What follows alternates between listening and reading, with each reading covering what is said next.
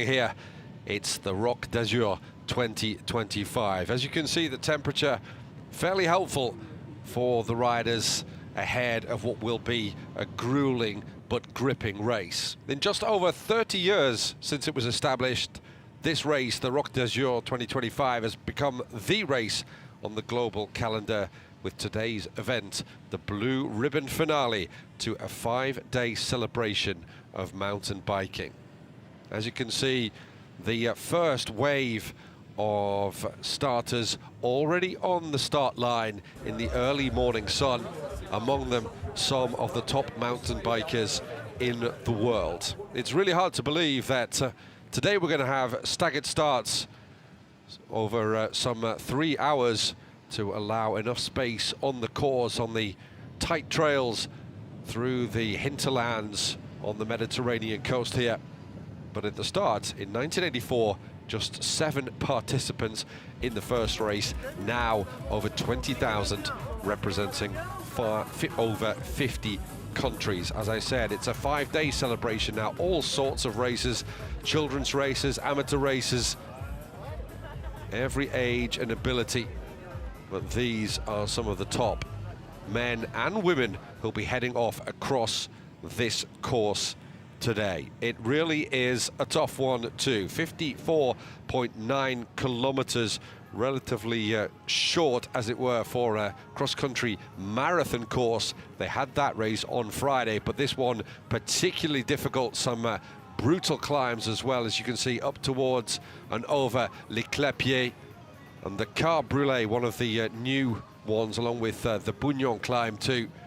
That's particularly tricky. Fortunately, 4 places where riders can take on some fuel before the finish, right back where they started on this nature reserve in Fréjus on the Mediterranean coast, right in the south of France, located between Marseille and Nice, just to give you some idea of the geography. Some amazing scenery coming up, but first we're going to hear from the man who has set up this particularly fiendish race for the riders, Fred Salomon. Frédéric, première question très générale. Well, Fred, first general question for you. How would you describe the Roc D'Azur in your own words? Du caillou, well, du rocks, soleil, sunshine, de magnifiques stunning paysages, landscapes, de l'engagement, and commitment. That's 4, but above all, it's about pleasure. Décris-nous un petit peu well, tell us a bit about the course we'll see live this Sunday.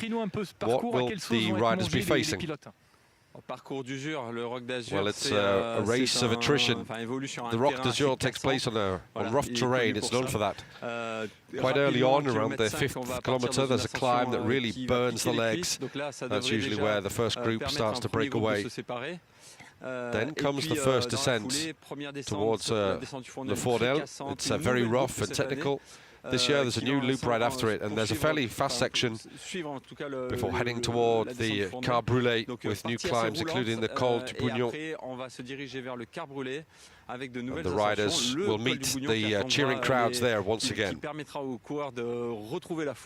Then comes La Gaillarde, the infamous concrete slab climb that gives everyone cramps, and then they'll rejoin the Galiote beach to finish on this beautiful course. Merci beaucoup.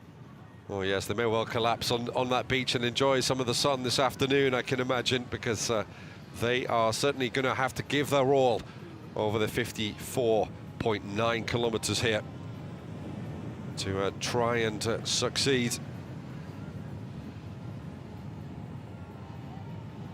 The Frenchman who won here last year, Jordan Sarrou, picking up his 5th victory on this race. He's not in the field today, the 2020 world champion, nor is the reigning champion Andreas Seewald in the cross-country marathon category. But there is certain quality throughout the field. Number 48, Casey South, you saw just a bit earlier from Switzerland. He won the cross-country marathon here in 2024. Giovanni Di Cosmo, who wears the 684 bib. He goes in the first wave along with South from Italy. He was the runner-up in the cross-country marathon here on Friday. Hector Leon Paez, the Colombian, an absolute legend of the sport at 43, ranked 6th in the world this year. He was 3rd in Friday's race.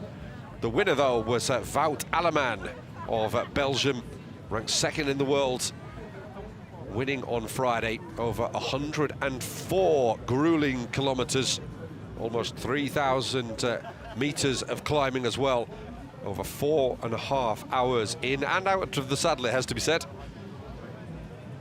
It will remain to be seen how that affects his performance today, but certainly one of the men to look out for, as is number 50, Fabian Rabensteiner of Italy. He came 5th on Friday, ranked 10th in the world, and French hopes will no doubt be in the legs of Axel Rudil Cortina, who is this year's reigning French champion at the cross-country marathon.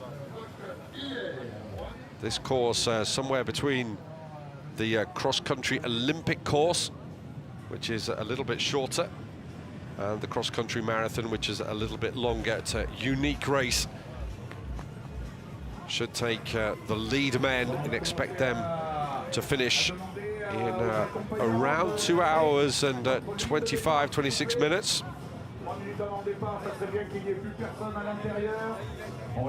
But expect some stunning racing and some stunning scenery as well. And you can see it's a little bit nippy. Many of the riders wearing the gloves as well, not just to protect their hands and improve grip, but also keep them warm. It's only 13 degrees on the Mediterranean coast. It will certainly warm up, and that was one of the things that made the cross-country marathon on Friday so difficult. Wout Alleman himself saying that it was the heat and the dust that was kicked up. And Alleman may well find the dust a problem again today, because he's not in that first wave of starters. He goes in the second wave along with Leon Paez.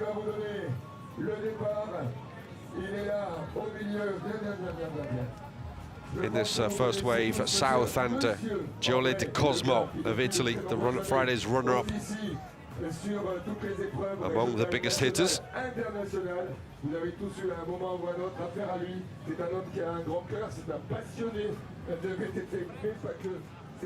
But it is, as I said, hard to believe there were just 7 participants when Stéphane Auvet, who had eventually become the mountain bike president at the French Cycling Federation, he set this race up, having brought mountain bikes over from Canada in 1983. Such a part now of the cycling scenery, whether for leisure or whether you're a professional.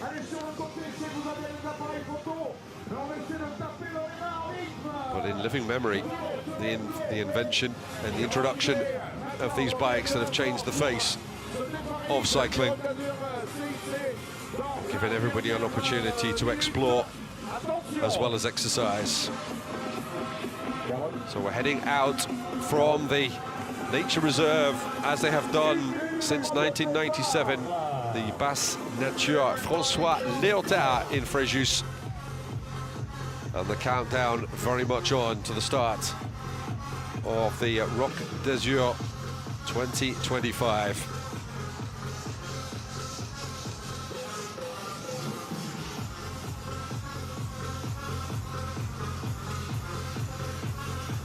Just see there, number 662, that's Øystein Brovald Midtsundstat from Norway, on the line in the Cosmopolitan field in this first wave. The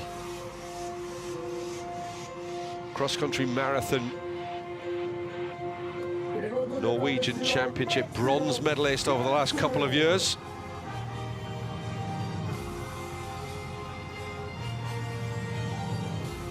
Just behind him, the French Championship runner-up with 1057 on his bike, Laurent Cheneval, as the first wave race away from the line. The start of the Roc D'Azur 2025.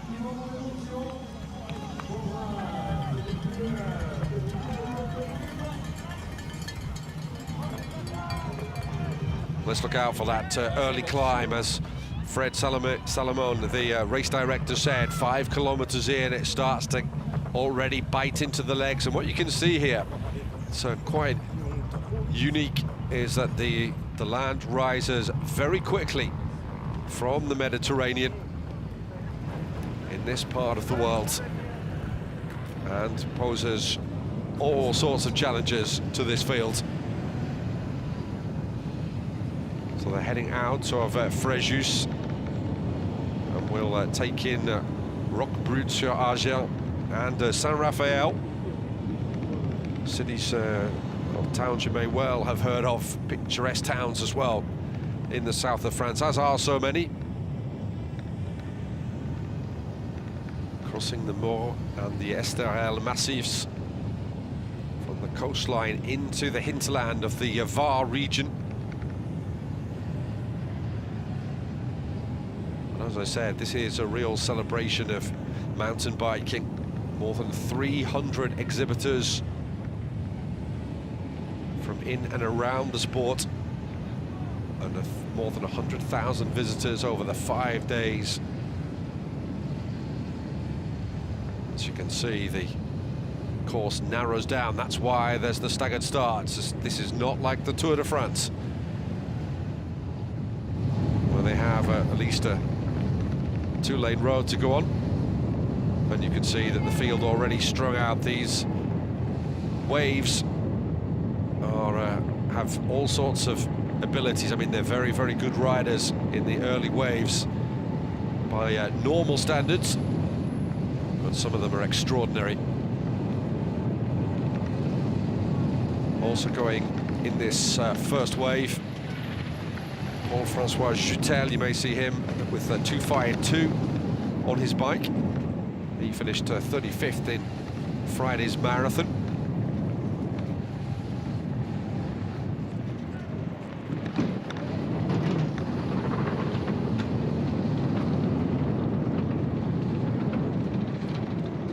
There's also the 8th ranked man in the world, Eskil Evensen-Lier, two-time Norwegian champion, including this year.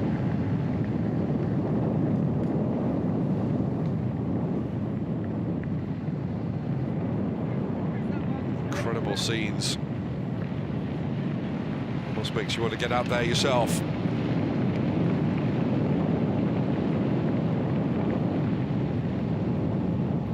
.277 at the front is Martin Fanger of Switzerland, 37 years old. Hugely experienced, the Swiss national champion all the way back in 2020. Finished 10th in Friday's marathon, so he's in good form, good shape.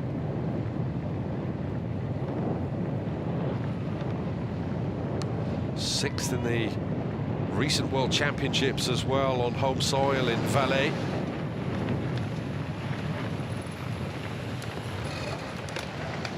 On a tight corner to negotiate into an even tighter path. Difficult to enjoy the scenery for these riders. They have to be fully focused on the terrain in front of them.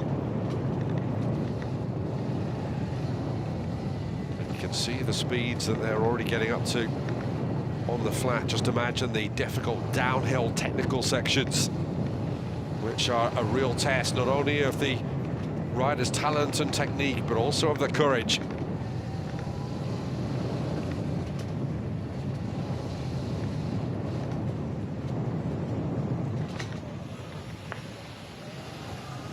And as the first wave of men progress, we are about to get underway with the women's race. The favourite in this one, no doubt about that, Rosa van Doorn, wearing the 2287 bib from the Netherlands, the 24-year-old, ranked first in the world. The cross-country marathon World Cup winner this year. So 3 individual race wins in that 6-race event. She finished 2nd in Friday's marathon here. Anna Weinbier of Switzerland not taking part, the Friday's winner in the marathon. Also missing is Emmeline Dutier of Belgium, who won the Roc D'Azur here last year. As the elite women now get underway in between the two first waves of the men's elite race. I say it's the men's elite race, it's the elite riders going off early.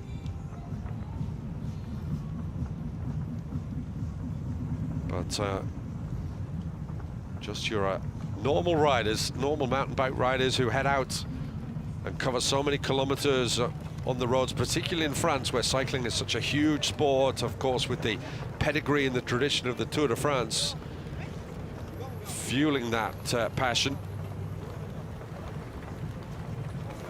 They are taking part as well. 254, that's Melanie de Salvo of France, one of the unranked riders in the world rankings. 598, that's Maria Cristina Nisi of Italy. She's just inside the top 100 riders in the world. Cross-country marathon Italian champion back in 2017. So the women underway as well.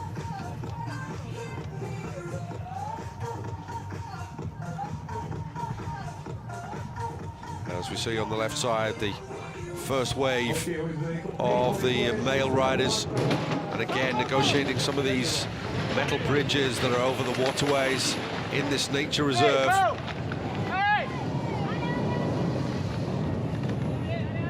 As you can see, they're even catching out the motorbikes in front of them with the speed on the flats.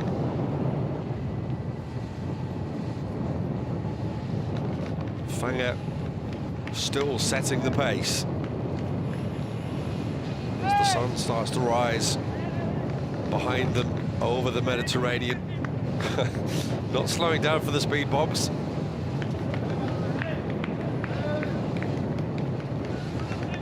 Fanger just looking behind him, wonder if he wants somebody to help him push the pace on. You can see already a group have snapped off the front as we head through a campsite on the gravel tracks. And again, the motorbike being asked to speed up. They're trying to get in close. It's very difficult to follow these riders. It takes huge experience for the motorbike riders and the camera operators on the back of those motorbikes.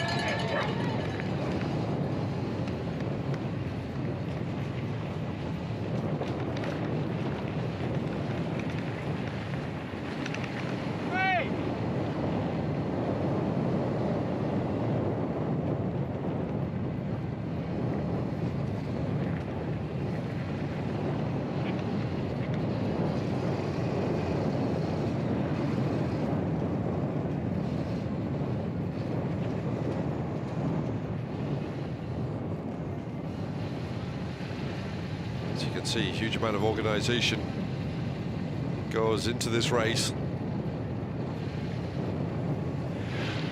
As I mentioned, back in 1984, just 7 participants. Really has grown.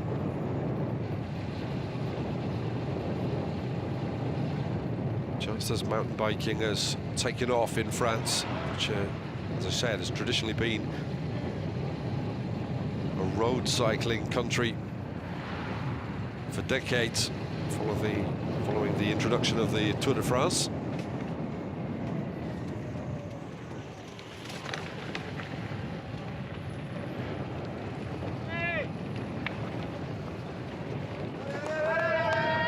As you can see there, the waterways of the natural reserve, but heading up and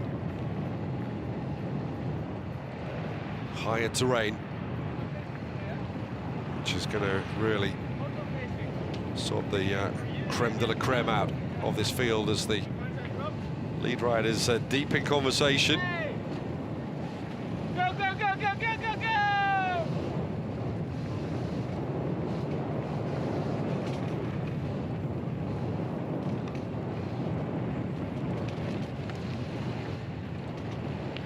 Hey!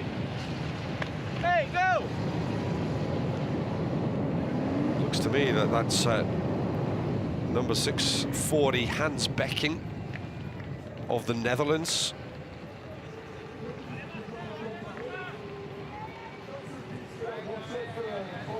That's the second wave of elite men's riders lines up. Among them is Wout Alleman, the winner of the cross-country marathon here on Friday, and Hector Leonardo Paez Leon, the veteran Colombian at 43.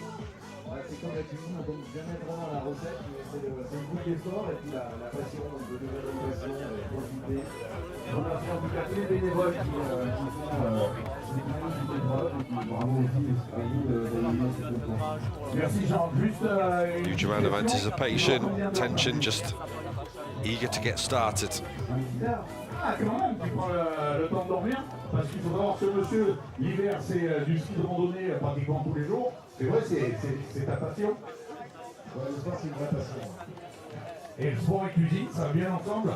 Et beau gosse en plus, hein, on voit qu'il fait du sport tout le temps. Bon, les gars, on a parlé des volontaires avec Jean Sulpice. Ouais, allez, tiens, tu vas le dire. Et belle course à tout le monde. Voilà, on va l'applaudir, Jean Sulpice, l'un des meilleurs chefs français qui est avec nous. Pour le reste, je voudrais que vous applaudissiez tous les bénévoles qui sont là sur le parcours. On y va.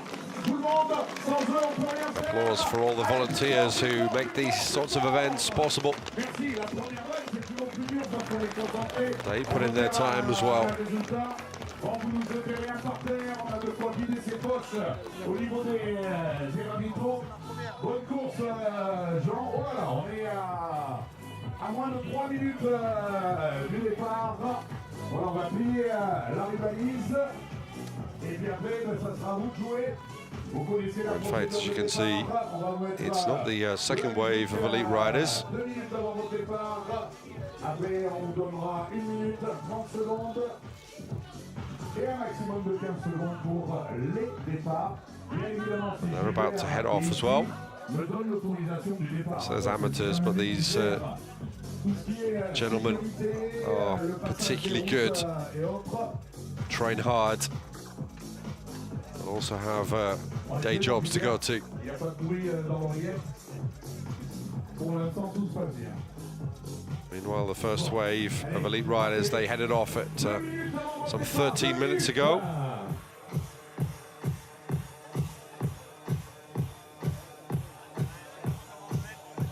Inside the final minute before the next wave heads out.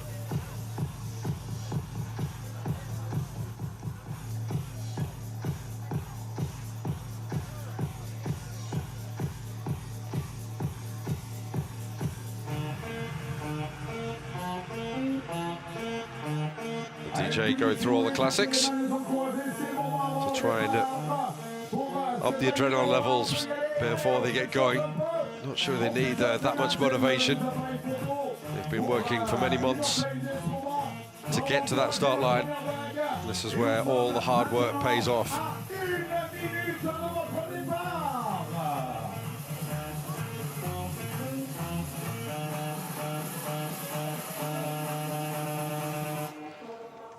We've got the men's race on the left-hand side.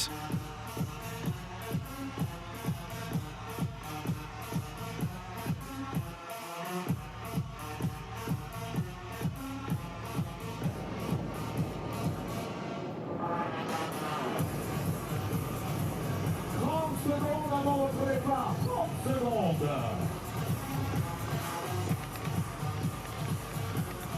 30 seconds to the start of this race.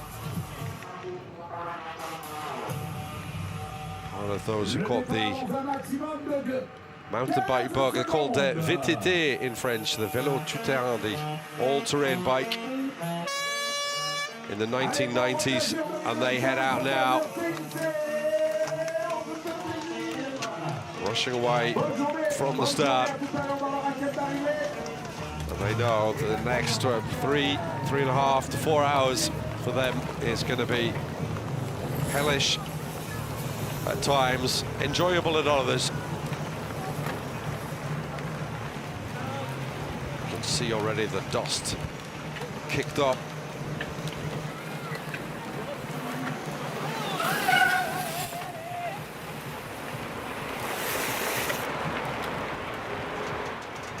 15 minutes into the men's race, 10 minutes into the women's race, and we're back with the men. On the left-hand side, as you can see,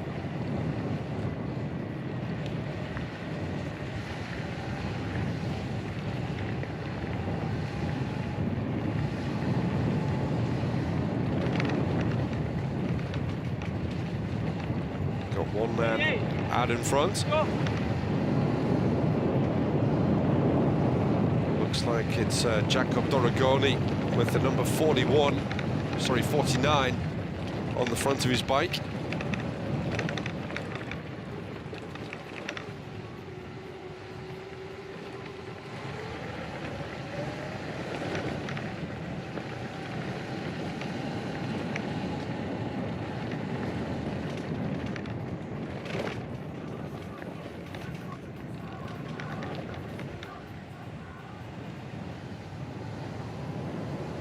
Stunning scenes starting to rise already, as you can see. We heard from the race director about that climb early on.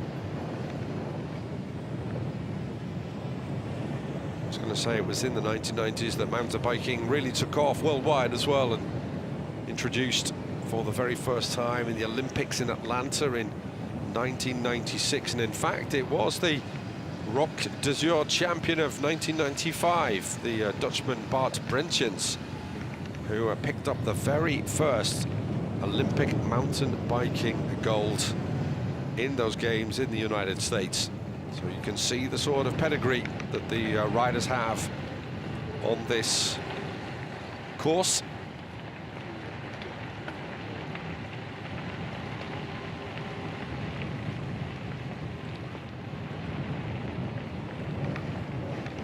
As we get some stunning drone shots over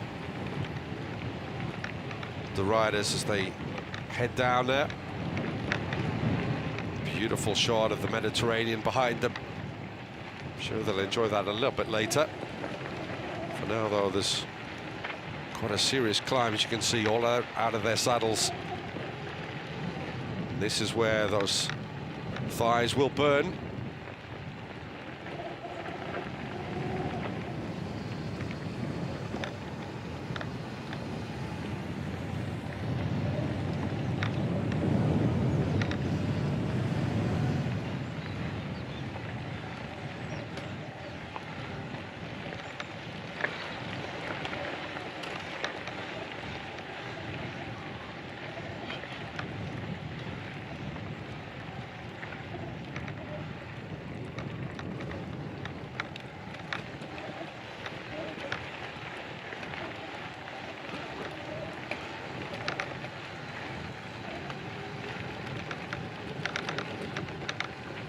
Doragoni, who's ranked 30th in the world, 27-year-old Italian.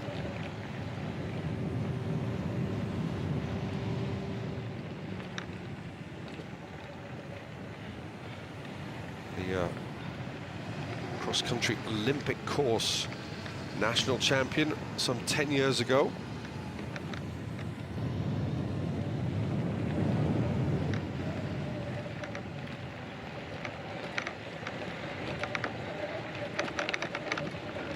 There's a lead bunch of some 15 that have already started to pull away from the rest of the field. You can see the hazards of these riders, not only the rocks in front of them, but also the rivulets created by the water that runs down when it rains. But, what fantastic scenery, what a fantastic course to be part of.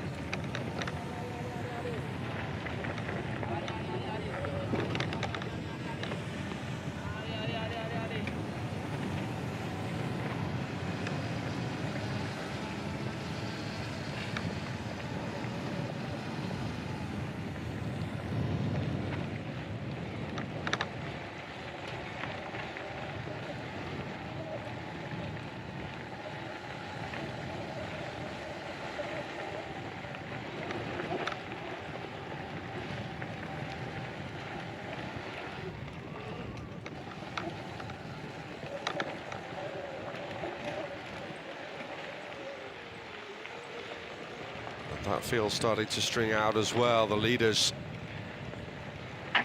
feeling the pace set by Dorigoni at the front, who himself, though, seems to be slowing as they continue that climb. The first, but certainly not the last of the day.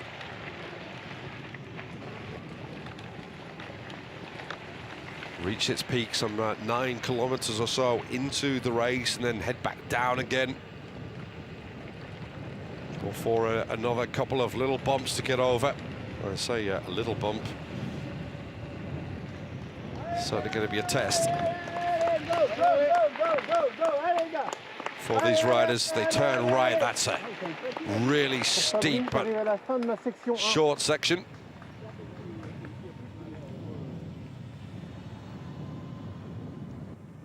And now they head off into the trees and pick up the pace once again.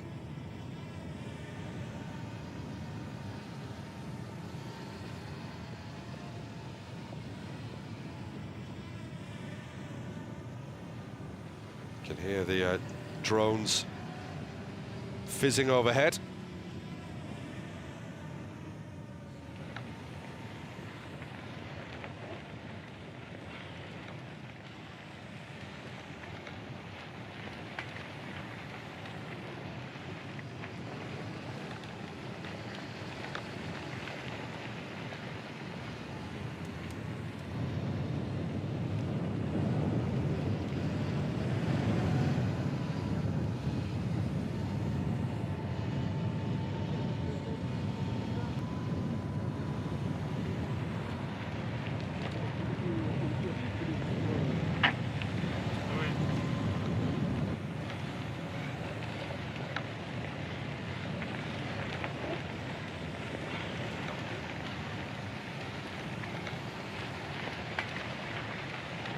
Trees providing some shelter from the sun, which is starting to warm up.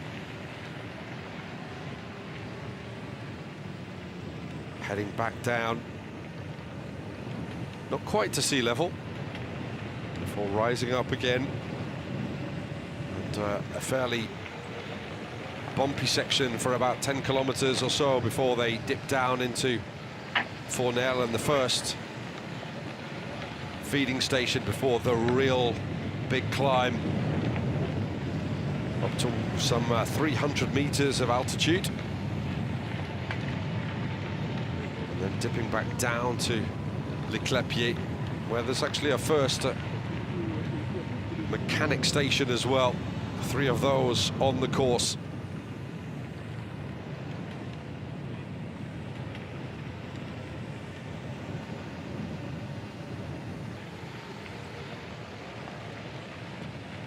Actually a new section that has come in for the 2025 edition of this race.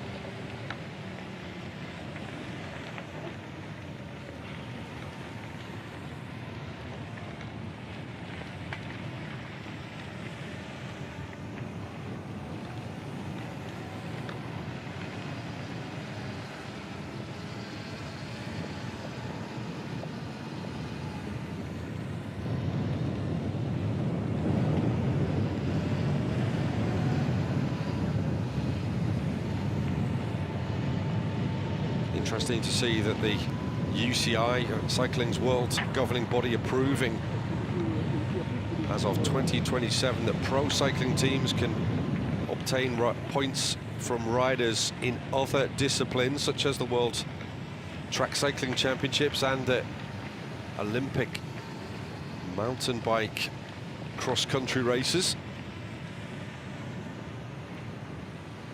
Maybe it doesn't have quite the same prestige, mountain biking, as road racing. But perhaps a sign there that it's starting to get the recognition that these riders deserve. We've seen a certain degree of crossover. Tom Pidcock, notably, riding in the Tour de France, and successfully so, in using, it has to be said, those skills of descending these particularly difficult and technical downhill sections on the road, and really very impressively performing. on the mountain stage descents.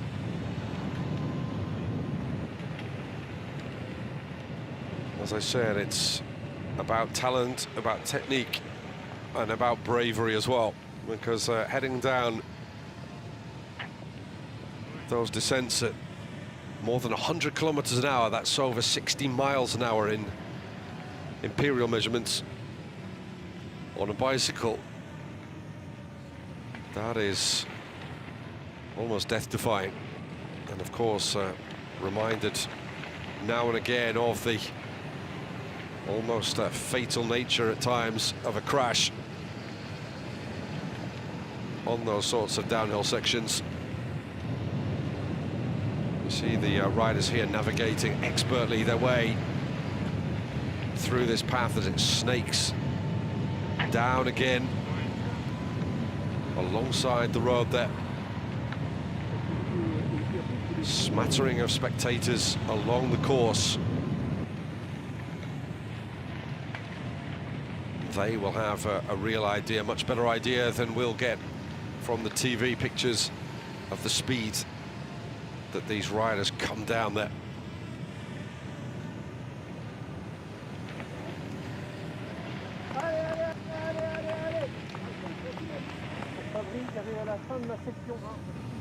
There we go, a little bit closer to them.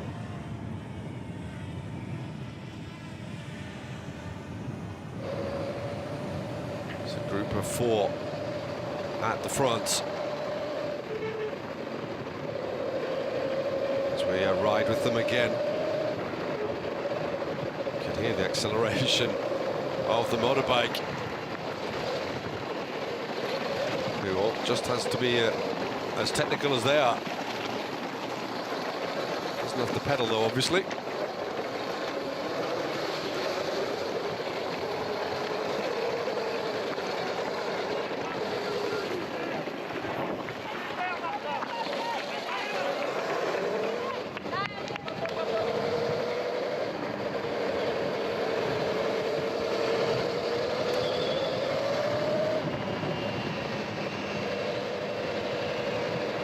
Fanger still in that lead group.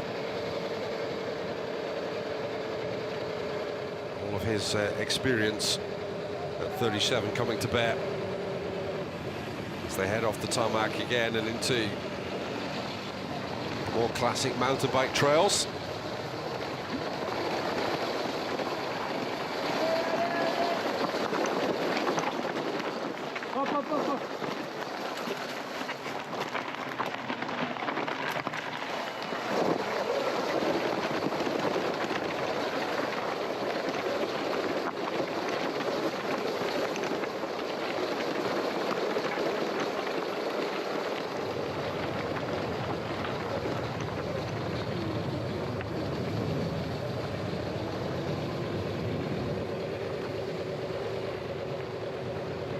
Almost half an hour in now.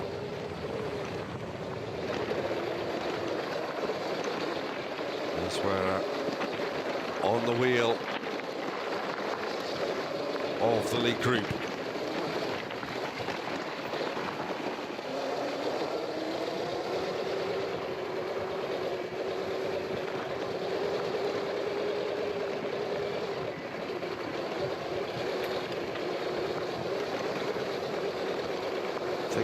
At the back there, that's Victor Valeria of France.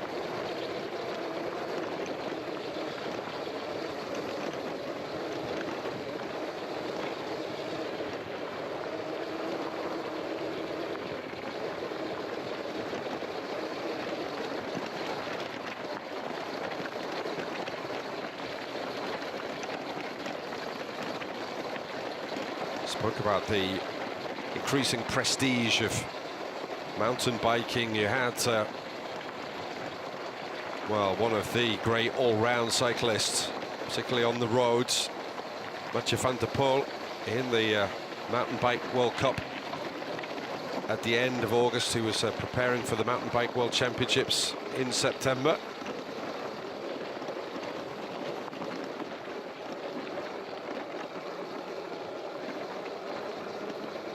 It's great to see a great name from road cycling in the mountain bike arena.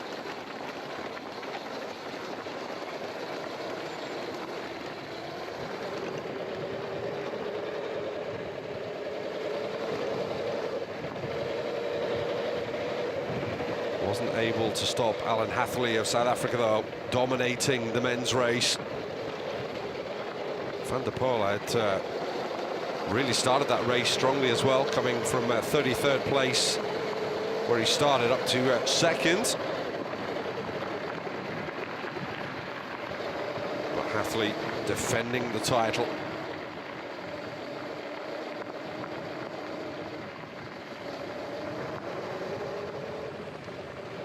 But not able to catch Hathley was Van der Poel.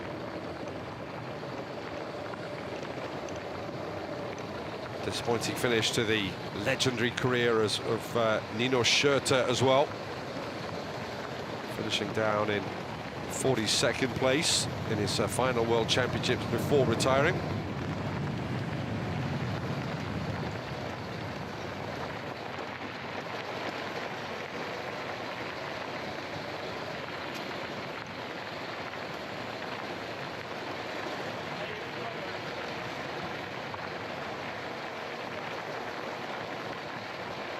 Schurter, a 9-time World Cup winner, former Olympic gold medalist, ending more than 2 decades of a hugely illustrious career.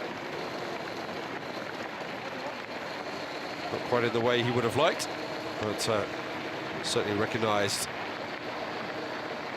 as one of the all-time greats, if not the all-time great.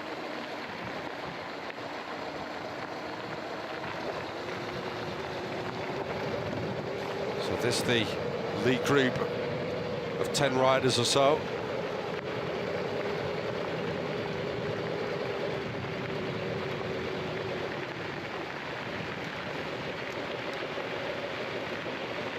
Got 3 riders at the front there from the Torpedo Kenda team. Casey South among them, as well as De Cosmo and Doragoni.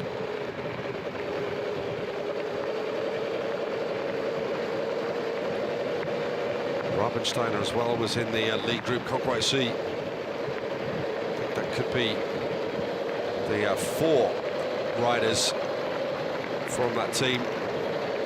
In there is that Rabensteiner, just number 50 there. You can just see 3rd from the back. Went 10th in the world, 5th in Friday's marathon was the Italian.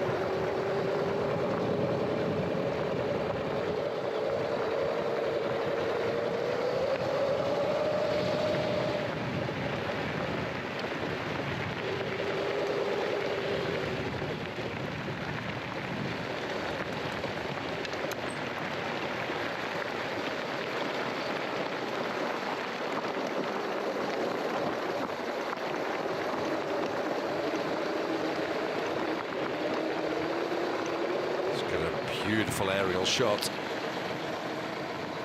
A bit further back down the course, you can see that steep right-hand turn that we saw earlier to end that first significant climb of the day.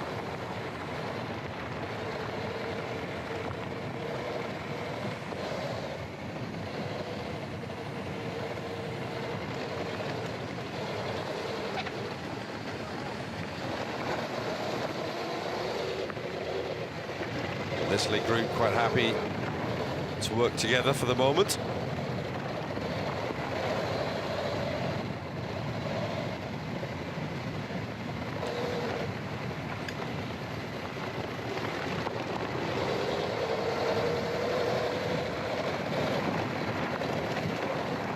I mentioned Tom Pidcock earlier, who's made a successful transition to the road, winning stages in the Tour de France, the Olympic champion,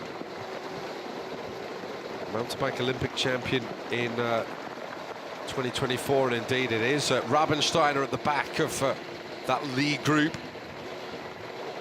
Pidcock and Legendary French rider and former Roc D'Azur winner, Pauline Ferrand-Prévot. Also picking up Olympic gold on home soil. Ferrand-Prévot winning this race in 2022 and back in 2017 as well.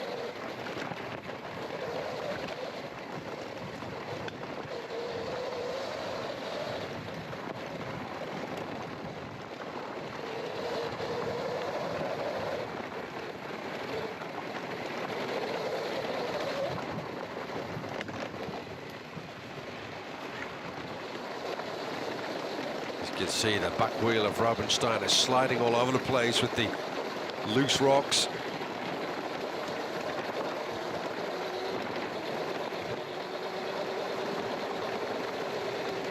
On the right side, the amateur race, as you can see, heading up that tough first climb.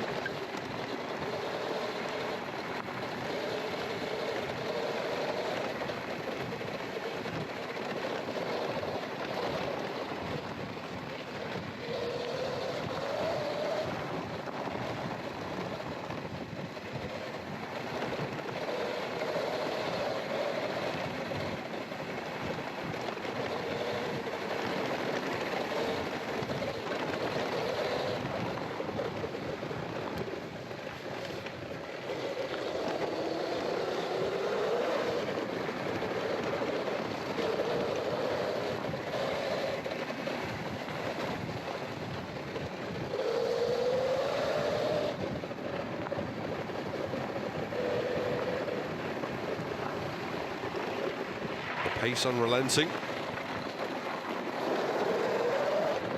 but concentration as well, just as important, because there's never a moment of respite from this course.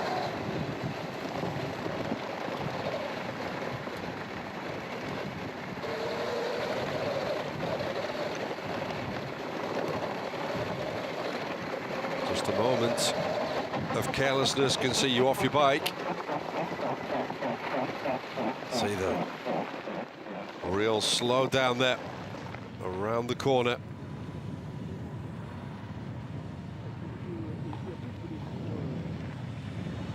A fantastic aerial view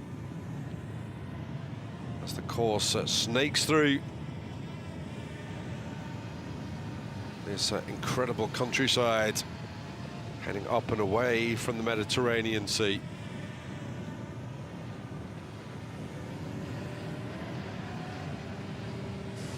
Laurent, est-ce que vous pouvez nous expliquer ce que représente le Roc d'Azur? Déjà, je dirais presque pour vous personnellement, le Roc d'Azur, si vous deviez le décrire, en parler, vous le décririez comment? Je le décrirais comme le rendez-vous de fin d'année incontournable. Tous les professionnels du milieu, les responsables de club, les responsables de diverses courses. Every professional in the field, club managers, representatives from various organizations, everyone who loves cycling, they're all here. It's an event that marks the end of the 2025 season, but also helps us look ahead to 2026.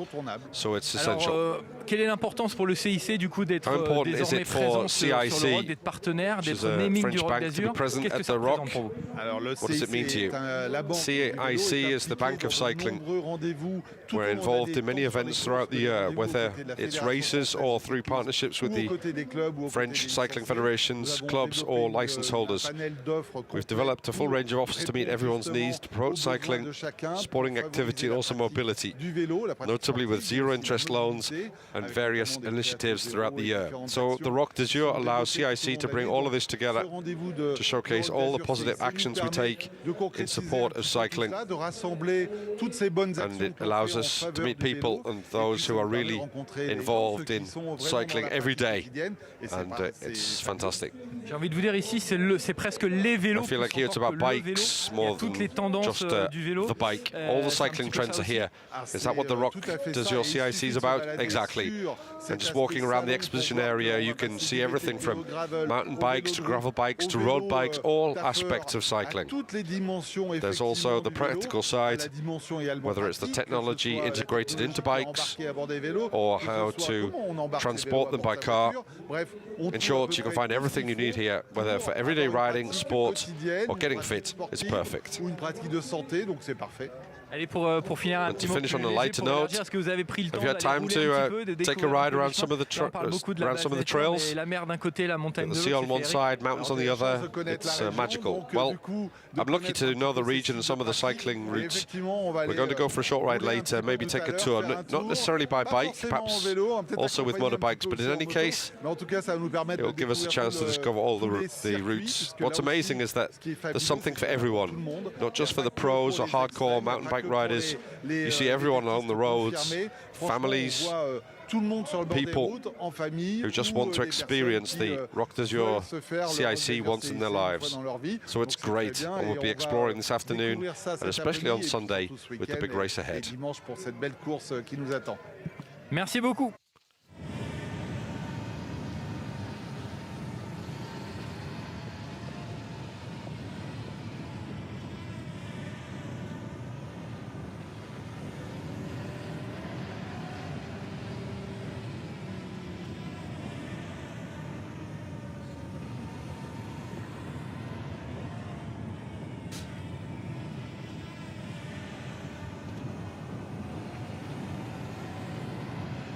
Well, we're some 42 minutes into that big race on Sunday that you just heard the main sponsor talking about, and that group of 10 riders or so.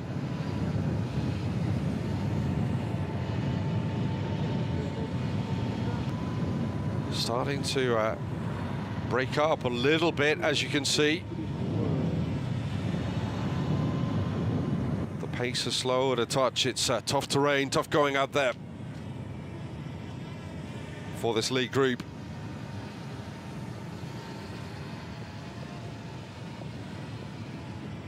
They're now heading back up towards the 15-kilometer mark. We'll descend again, and then there's a very sharp but short little rise. Then it flattens out just a touch before they drop down into Fournel.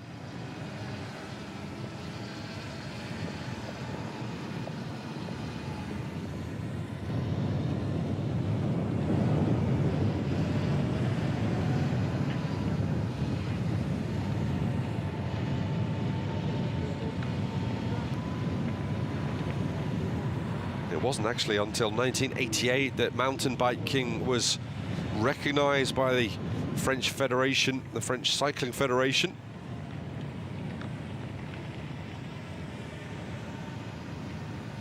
When you consider that the Tour de France was established in 1903, that's the rise of mountain biking has been quite stratospheric.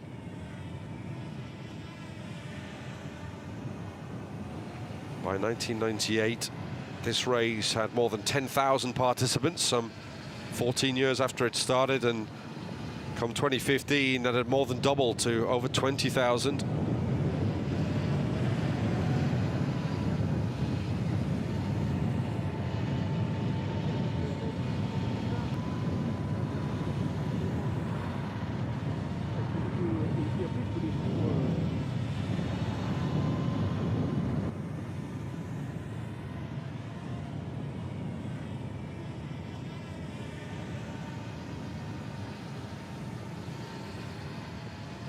These, the front group of that 20,000 strong field that will take to this course throughout the day.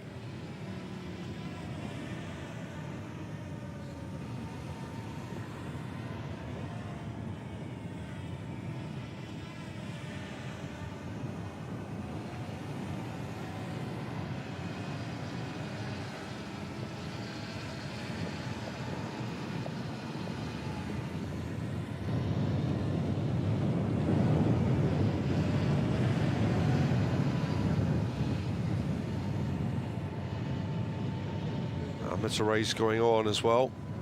They were a third off after the men's elite and women's elite races. Dipping in from time to time with those races, but focusing largely on the men at the front of the field.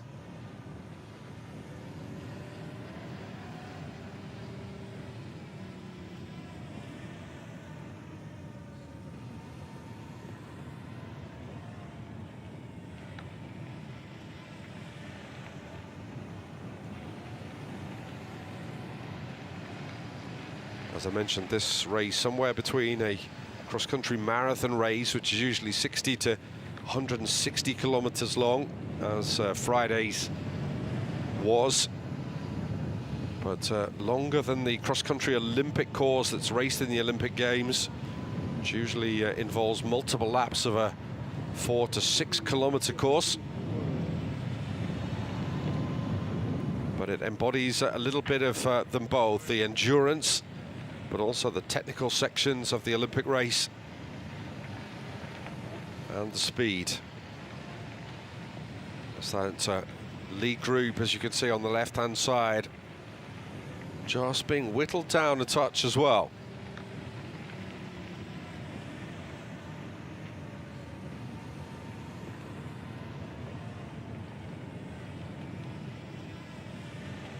The Torpedo team with a strong presence still.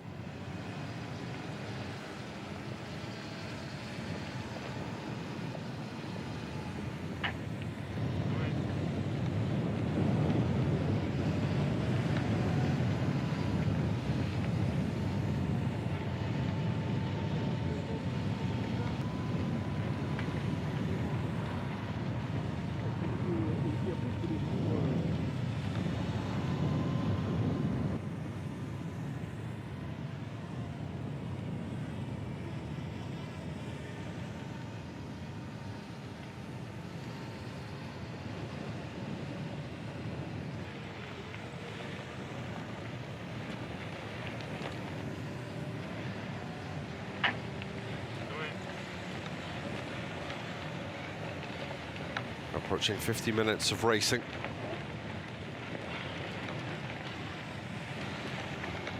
For the men who set out at 8:30 local time this morning, as the remainder of the field starts to climb up that initial step away from the Mediterranean.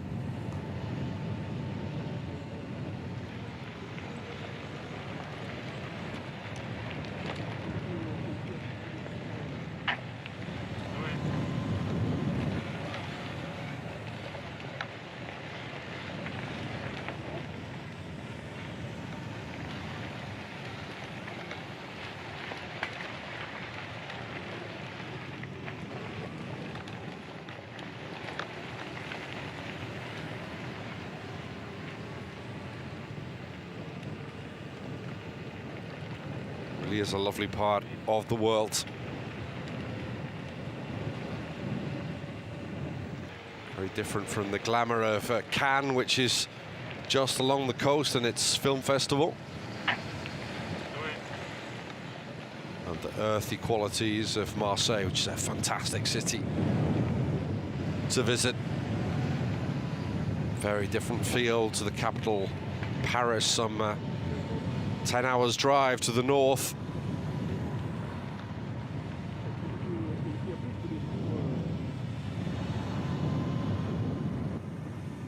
So many cycling teams, professional cycling teams, based down in the south of France and across the Pyrenees into neighboring Spain and Italy on the east with the Alps, because of the proximity of the mountains and the quality conditions, meteorological conditions all year round, as we're having here this morning. Perfect conditions for these riders for this Roc D'Azur Cic 2025.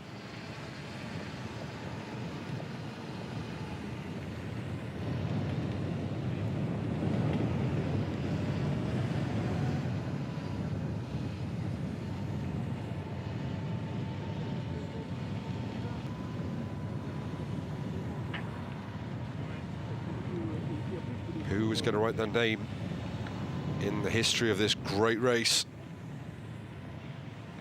First winner from a field of 7, it has to be said, Labi Medoun, all the way back in 1984.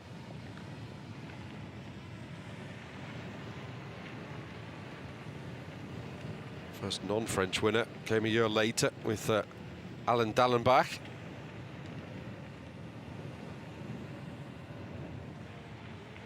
But here's a name that cycling fans may remember, Tim Gould, who was back-to-back winner of this race, the first men's back-to-back winner of this race.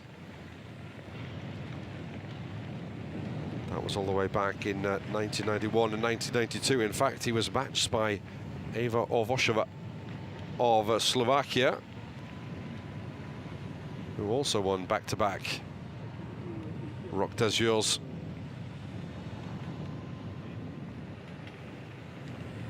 At the same time, so Gould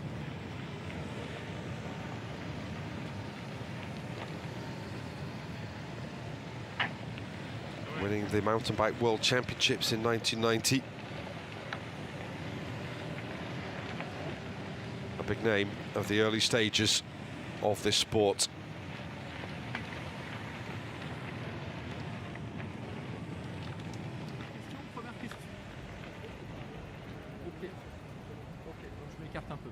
Julien, première question toute simple, qu'est-ce que ça représente? Let's hear from a big name in the sport, Julien Absalon, Olympic cross-country champion. What does the Roc D'Azur represent for you? Well, he says, yes, since my very beginnings in mountain bike racing, it's really the big end of season, end of year celebration that brings together all mountain bike enthusiasts. It's an event that keeps growing year after year. It's great to see so many people around a shared passion. You've won the Olympics, you come from the world of cross-country. A quick word about the course we're going to see live. How would you describe it?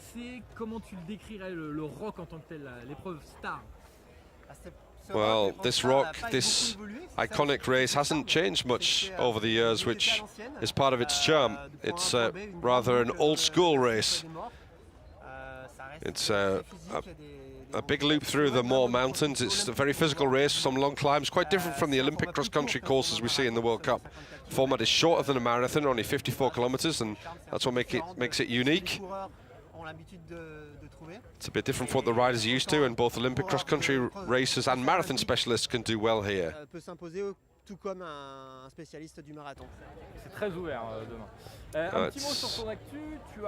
About a quick update about you. You left competitive cycling and switched to running and trail running. Well, since I retired, I've been running a lot and really enjoying discovering a new outdoor sport, trail running. Next week I'm taking part in the Grand Raid des Templiers. I'm enjoying it completely as an amateur. Les chronos sont pas mal quand même. Well, I still get caught up in the competitive spirit, but I don't see myself as a high-level athlete anymore. The Roc is all about the bikes. How would you describe the current cycling trends? What are the big trends in 2025? Well, we can see that e-bikes keep growing in popularity. Gravel's really exploded too in popularity, where we're seeing more and more of it. The Roc now offers several races and formats for gravel riders, and I think that's the segment that's grown the most this year. It's also great to see the Roc D'Azur opening up to other disciplines, not just cycling, but also trail running and triathlon. That crossover is really cool.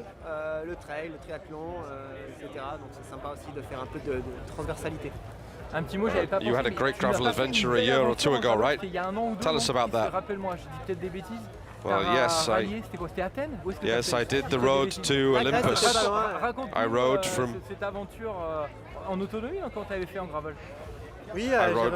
France all the way to Mount Olympus. The idea was to mark the occasion 20 years after my first Olympic title in Greece in 2004, just before the Paris 2024 Games. So for me, that's what gravel is all about. A bike for exploration, for bikepacking, for crossing wide open landscapes and discovering new regions, countries and territories. And last question, French mountain biking has always been incredibly strong. You have 2 Olympic titles, Pauline won last year. How do you explain there's always new talent coming through? Well, France keeps proving that it's one of the top nations in mountain biking, always first or second in the world. It's really satisfying to see.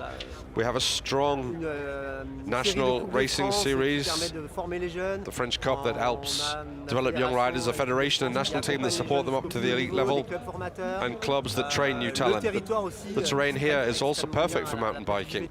This year it's great to see a new generation coming through, riders like Mathis Cesaro, Luca Martin or Adrian Biushi, who are on their World Cup podiums. We even saw Luca Martin on the podium again last night in the short race in Canada, and that's fantastic.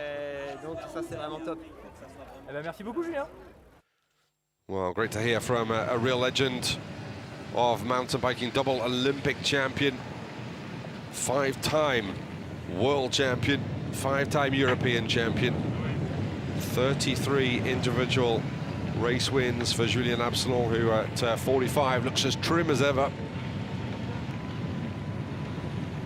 Now, are we seeing a move here from Gioli Di Cosmo at the front there, 6.84.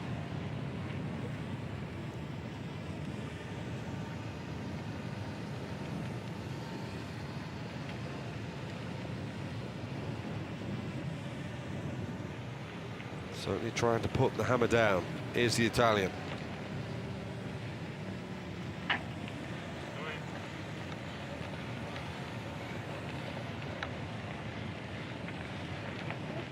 Well, we've lost them. Hopefully they're not lost. So we'll pick them up again very soon as you get a beautiful view across the Mediterranean coastline.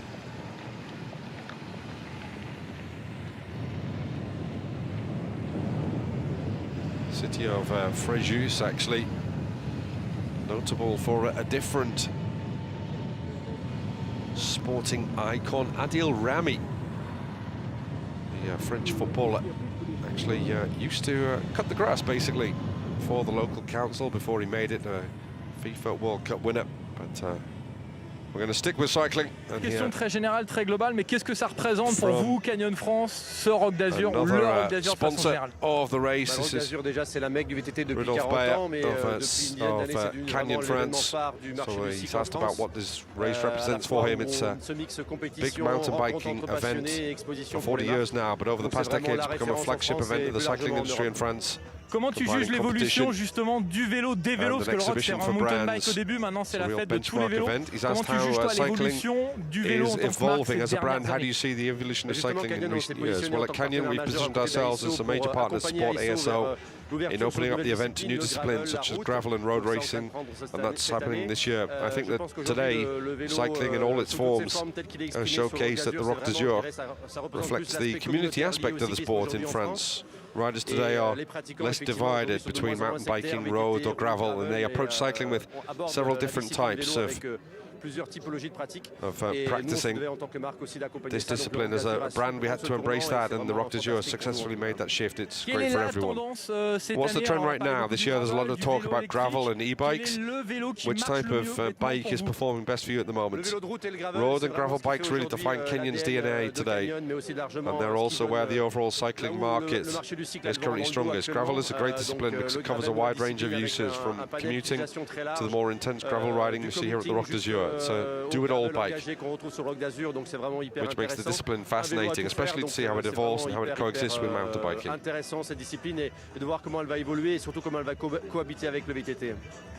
quick word about your ambassadors. You've got a wide range, from Tour de France competitors to adventurers. I heard about a young guy who just came back from Nepal yesterday, so it's very diverse. That's right. We've brought together all our local ambassadors as well as some international ones. We've Sam Pilgrim and Gabriel Widmer representing the more extreme mountain bike side, Victor Albach, the French trails rider, and also Stephen Laeric, who's just returned from a 100-day trip to Nepal. We've Johan Offredo, former Tour de France rider and now commentator for France TV, and Steve Chanel. All of them are eager to come back each year to the Roc D'Azur to experience the event with us, the public, our clients, and the broader community. One last question, does a cycling brand director actually have time to ride? Well, yes, if my bike were here. No, I'm kidding. I'll be riding tomorrow, planning a group ride with friends. There's a small logistical issue. My bike got lost, but we'll find it. And tomorrow I'll be happy to take part in the fun ride on the Roc D'Azur. It's not too much fun for those amateur riders there at the back. The start of the course, just 5 kilometers in, as the lead men are now more than an hour into it. And probably have another hour and 15 minutes of riding to go, whereas these riders have a much longer and probably tougher day in the saddle. And as the day wears on, it's going to get warmer and warmer too.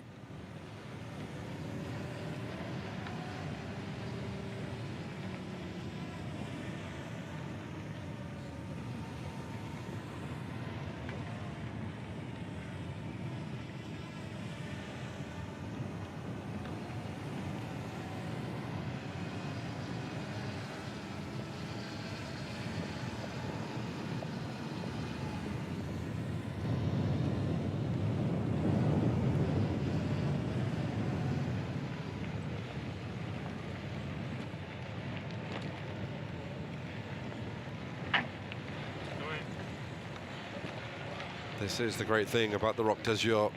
Everyone can take part, from the top professionals to those who just pull on the lycra once a week.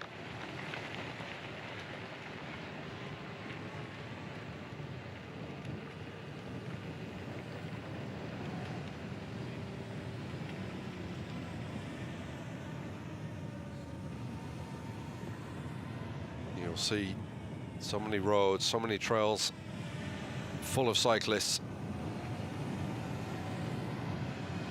on a Sunday in particular, as we get a look at the lead group. Casey South, as expected, Topara rider, the Swiss among them, and Rosa van Doorn, the world-ranked #1 rider in the women's race, leading the way as well. Carrying that good form she showed and coming runner-up in the marathon race on Friday into this one. Of the Descente du Fournel, the descent into the Fournel. One of the legendary sectors of this iconic race.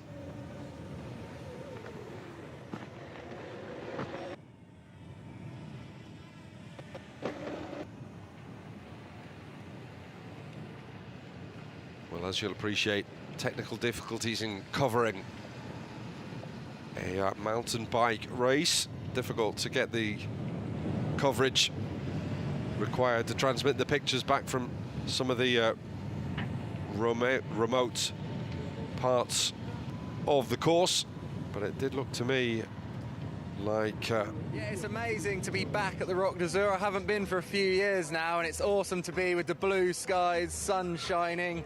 People seem to be loving it, and yeah, it's good to see some happy people around. So you are not a racer, you are more flying bike and stuff. What do you think about riding 60K, more than 2,800 meters climbing? It's a huge effort. Maybe you can do it one day, or?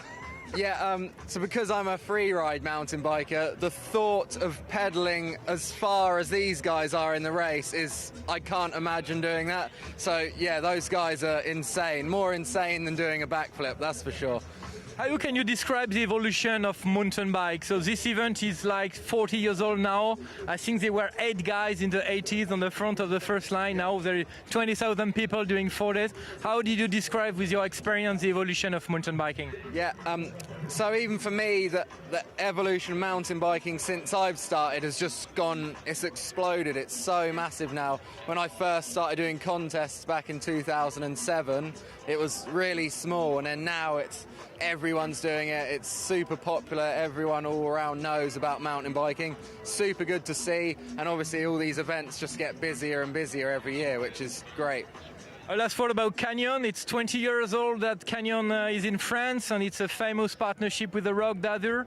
What's your partnership with the brand? How do you ride the bike? How do you fit it? Yeah, so I've been part of Canyon now for the last 3 years. It's been the best time ever. The bikes are absolutely amazing. They've got every single bike that I could ever imagine that I need for free riding.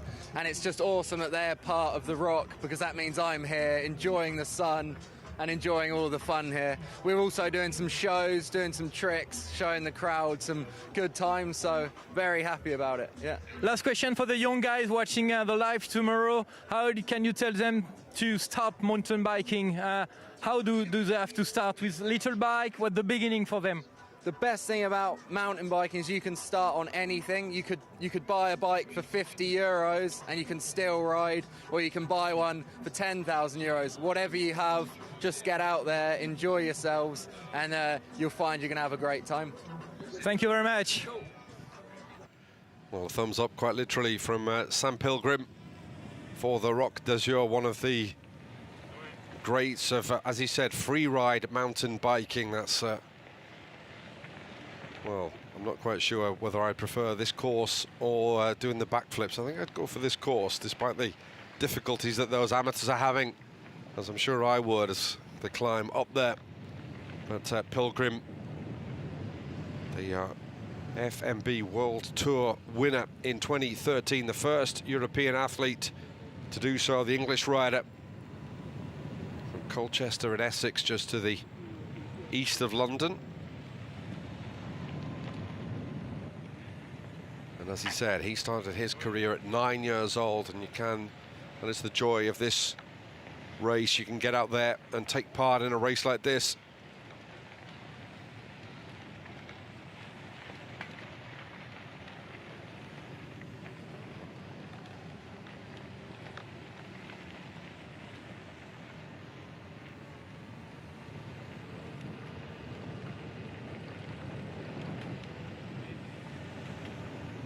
As you can see,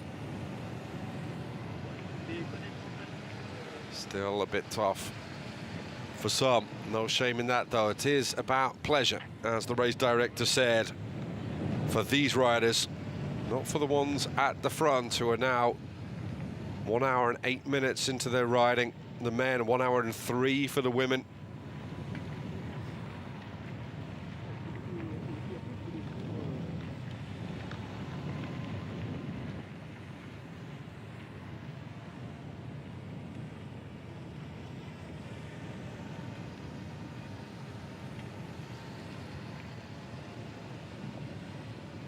As Pilgrim mentioned, mountain biking exploding. That's gravel bike racing as well. Certainly coming to the fore in the last couple of years.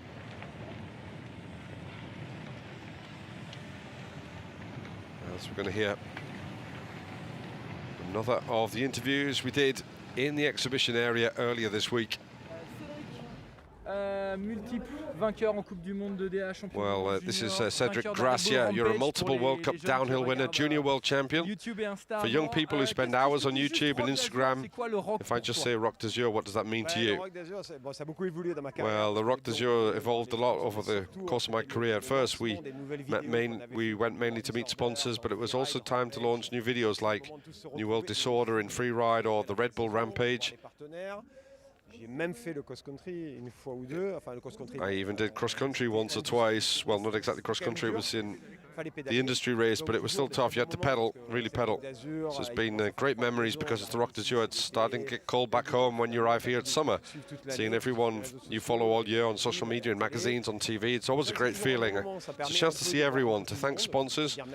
And now as an ambassador, I go and see the brands. My role in cycling's changed. I also work in television and I develop products, so all the time I have now without racing is devoted to product development. Qu'est-ce qui a évolué le plus dans le vélo? So what's changed most in mountain biking? What's the biggest change? Well, downhill has become the new Formula One.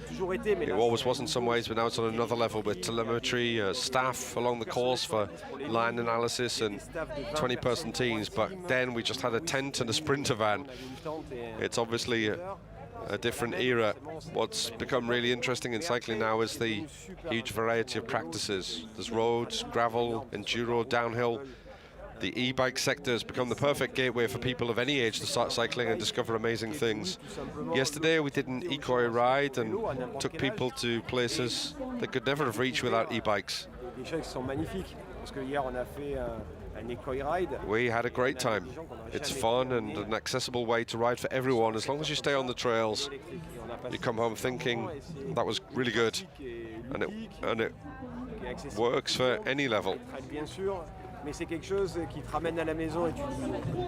We had all different levels. Julien Absalom, myself, big names who spent their lives in cycling. Sharing those moments with veterans and newcomers is something I really enjoy. Some people bring a completely new perspective on cycling that we never had. It's a natural evolution, but it's opened the door to so many new riders, and also to new gear, to apparel and protection technologies.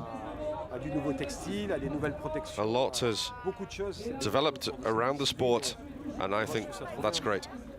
Si tu devais conseiller If you had to give people advice on what to try, what would it be? What would it be? Gravel bikes or e-bikes? On a un choix qui est peut-être plus grand. We've got a wide range of choices now.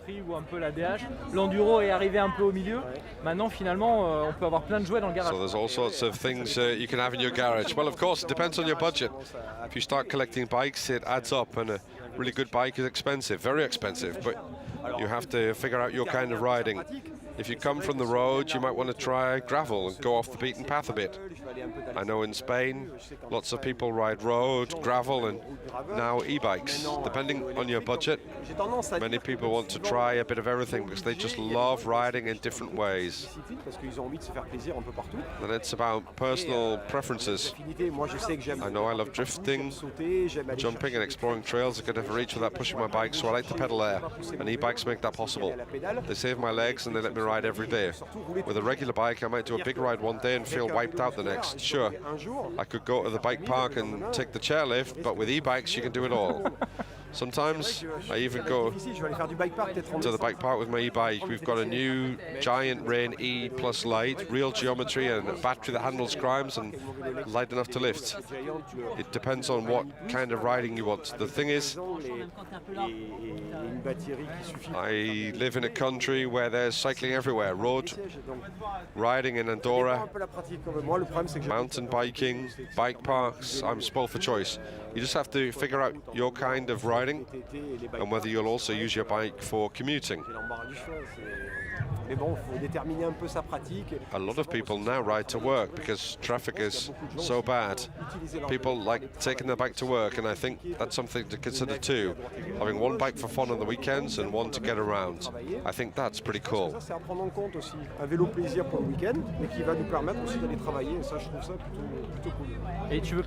And you don't want a race number for tomorrow's Roc with Julien? Oh, I've already given enough. I rode yesterday. I'm actually a bit sore this morning because when Julien rides, you can tell he's still got it. An incredible background and amazing endurance, great talent. And I still ride every day, but I'm a downhiller. We're not exactly on equal ground. Still, he showed us some incredible spots, and for me, that's what made this Roc D'Azur special. seeing people, passer un bon Roc d'Azur pour ça, quoi. Avoir les jambes, bien sûr, of course, but also going for a beautiful ride out there. Bah, merci beaucoup. Cedric Gracia, now 47, born in the beautiful southwestern city of Pau. You can see the Pyrenees from the beautiful town centre there. Now lives in Andorra, as you heard. Silver medal in the 4-cross event at the World Championships all the way back in 2002. Now a real ambassador for the sport in all its forms, as you heard. As we head back to the men's race, and two riders who've broken off the front.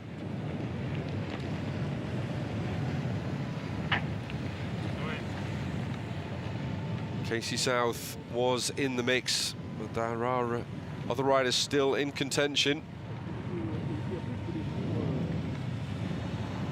South, 27-year-old Swiss, won the Roc Marathon race last year.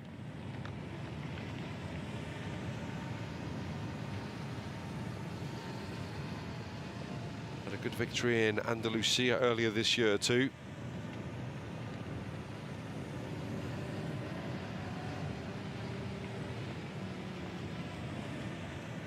As you can see, it's a slightly splintered group of 4 at the front. We did have 4 Torpedo riders in there. Difficult to tell from this distance, but I think there are still 3. The rest of the field, as you can see, not in view.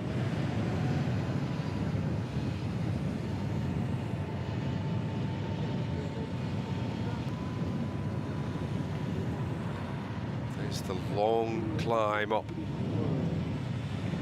away from Fournel towards Le Clepier. Winds and it winds its way up the hill.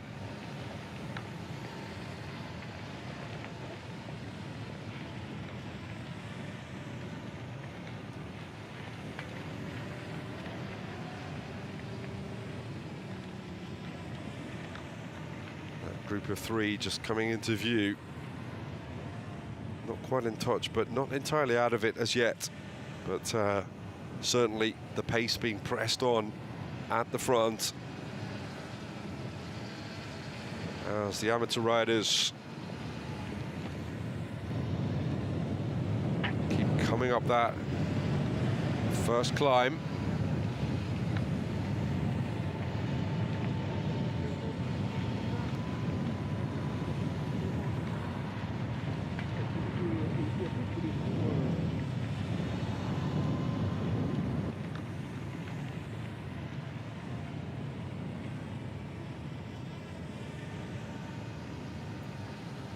It is Dorigoni who's been at the front virtually from the off.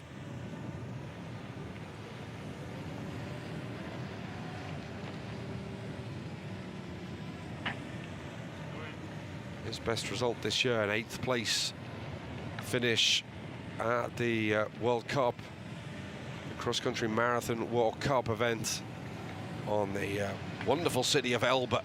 Wonderful island of Elba back in May. Elba, which was the first place of exile of Napoleon Bonaparte, actually, before he returned and eventually defeated at Waterloo and then sent off into the middle of the Atlantic in St. Helena. Elba, just off the coast of Italy. Very similar terrain to today's race, and it looks like he's got one of his Torpedo teammates behind him. I think it could well be Casey South. Indeed, as you can see, the 2 Torpedo riders pulling away. Fabian Rabensteiner was in there as well.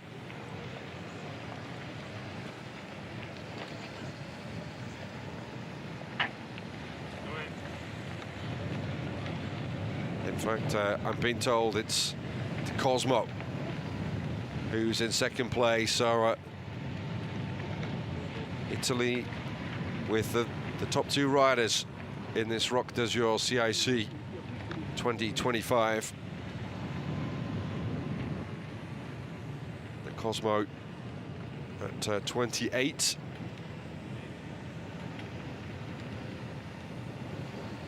Ranked 5th in the world, as I said earlier, the runner-up in the cross-country marathon here on Friday. And talked about that World Cup race in Elba. He was actually the runner-up in that race. The 2019 Italian champion.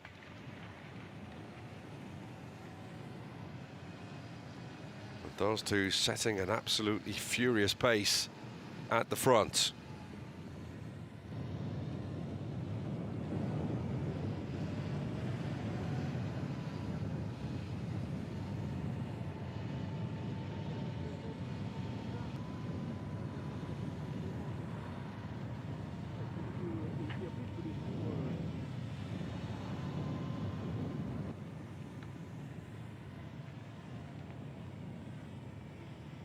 No sign of Wout Alleman or Hector Leonardo Paez-Leon, who we thought may well be at the front of this field.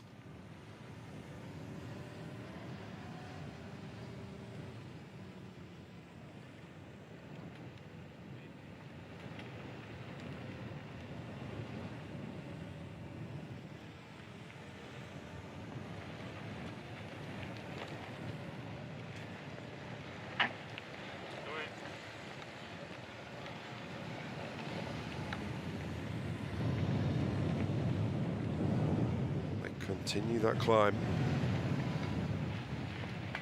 Le clapier, actually, a clapier in French means it's like a rabbit hutch. That's just on the other side of this climb, which is the highest, up towards 300 meters above sea level on the course this year. Just see Doragoni putting a little bit of distance between himself and De Cosmo.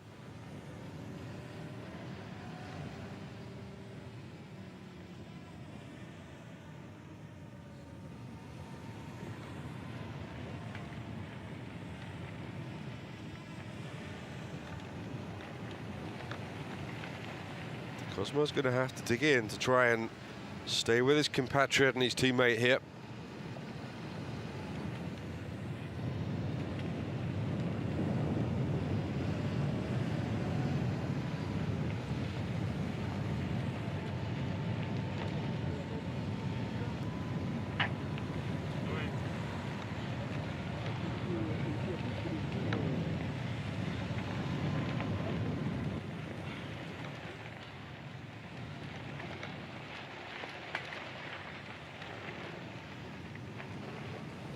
Yet more and more amateurs head up along the 54.9 kilometer track. Takes them in a big loop through this incredible scenery back down to the nature reserve at Fréjus. What does the Roc D'Azur represent for you? Why are you here this year again? Well, it's a good question, but I'm at the Roc D'Azur since maybe 15 years. It always happens at the end of the year, so for us it's more than an event or a race, it's like a party, because I spend time with my partners, with my friends and all our community, thousands of people, and always under the blue skies like today, so no, it's always a good moment. So let's dream a bit. Where are you coming from? Because you spend some time on your rooftop here, but you are traveling all around the world with your bike. Where were you a few weeks ago? Yeah, I'm a bit like everywhere. My home is all around. So now tomorrow I'm leaving to Nepal. We just produced a new film, one we released 10 days ago, a film called Mandala, a 1-hour film. but I plan to be back in Nepal for a month, and we leave tomorrow. So yeah.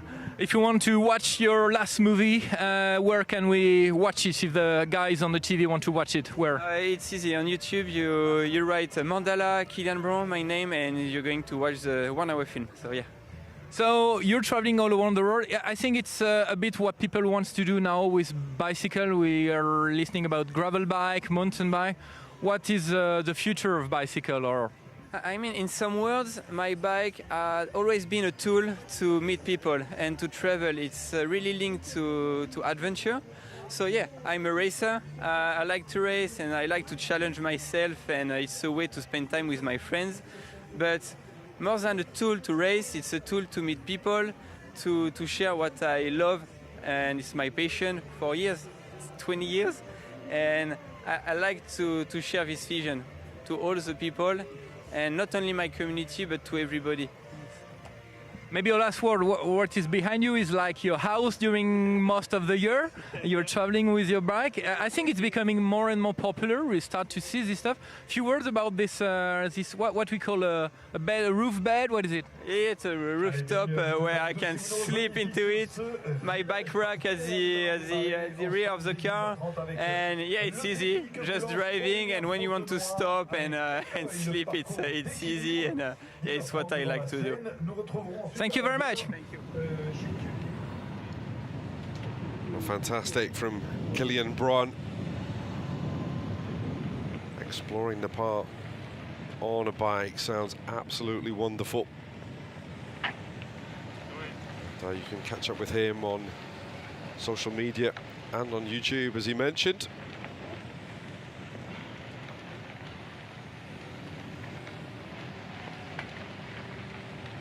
As we see more of the lead group of the elite men's race. Don't think they are actual leaders though. We had two men out in front, Doragoni and De Cosmo.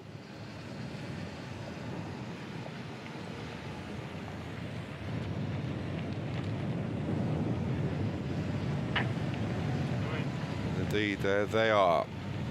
Those are the leaders, the two Italians. 18 seconds back, Loan Cheneval and Cosmo Doragoni's teammate Casey South. Mitson Start is in the mix as well.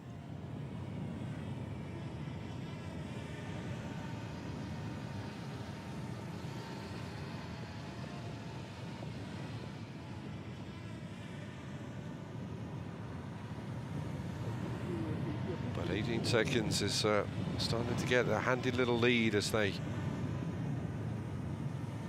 are 32 kilometers into this race.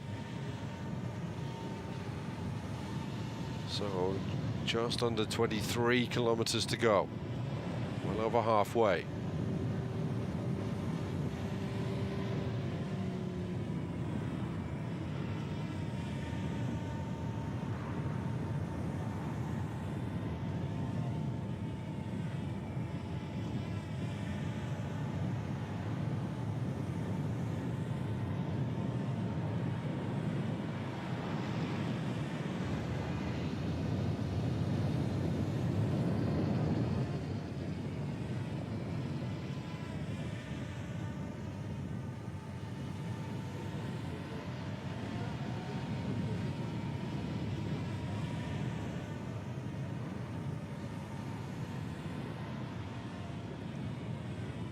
Two Italians not showing any signs of letting up.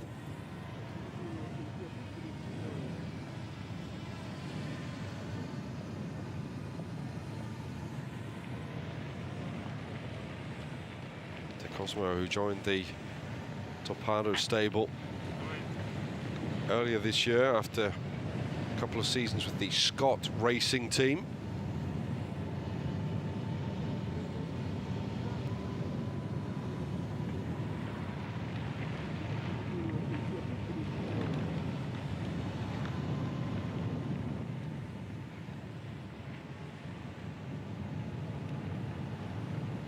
The pursuing group of of 5, including Rabensteiner and South, the Torpedo teammates, are the 2 men in front.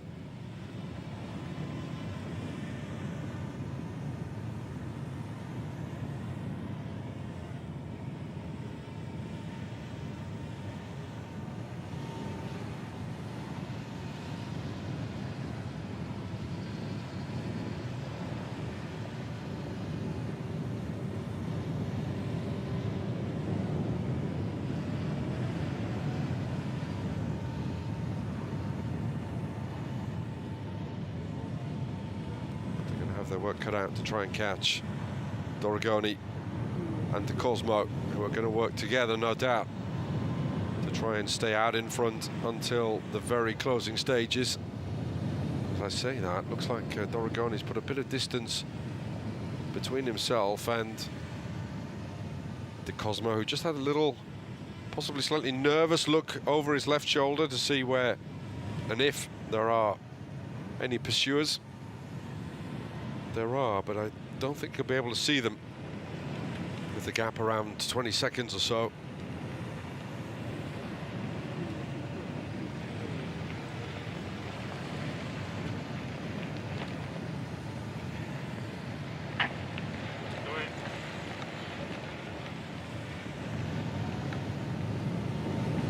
There is that chasing group of 5.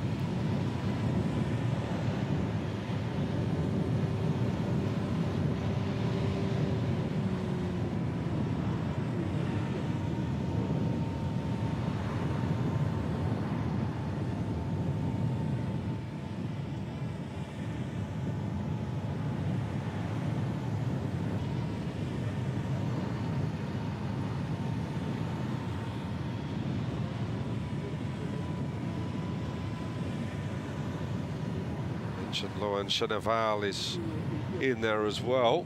He's putting in quite a performance here, the 24-year-old. Ranked down in 165th place in the world rankings currently.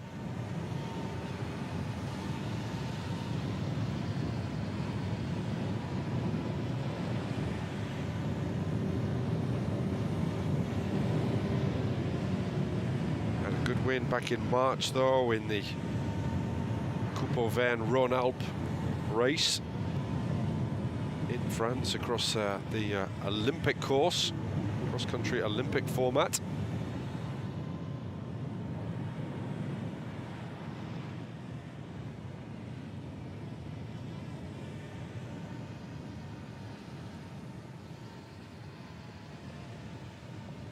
Actually the format in which he finished second in the French National Champions back in 2020. He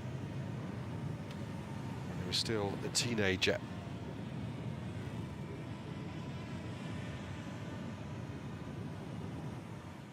The front two continue to make progress, keeping Cheneval and the chasing group at bay.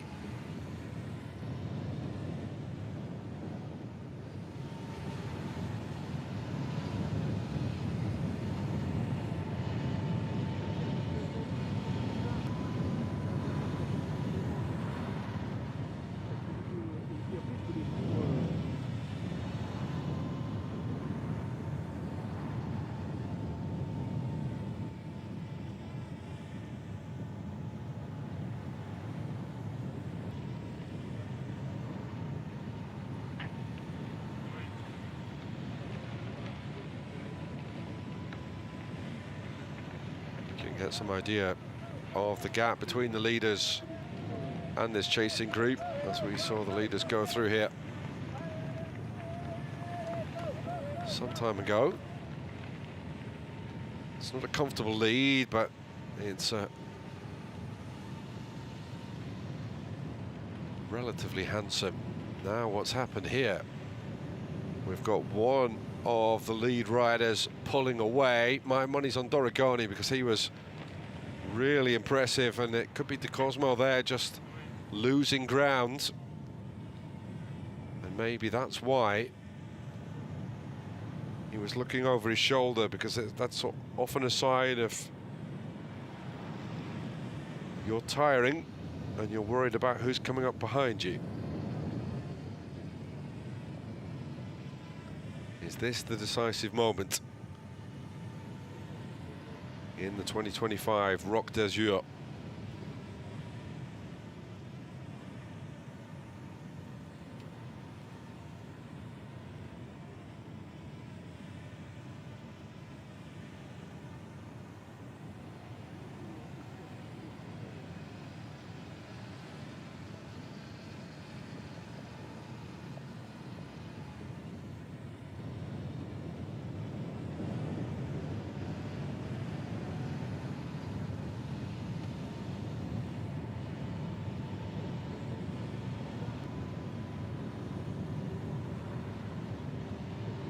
Well, he's still in touch.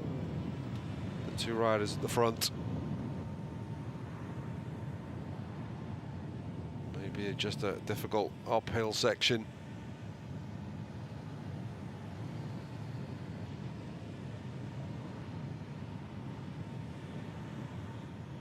As they start to come back into the crowds, giving them encouragement and a lift.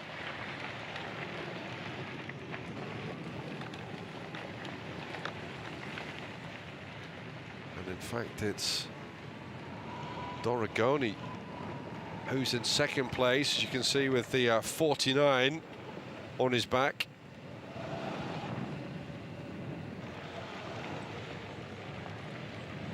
And the Cosmo 684 setting the pace.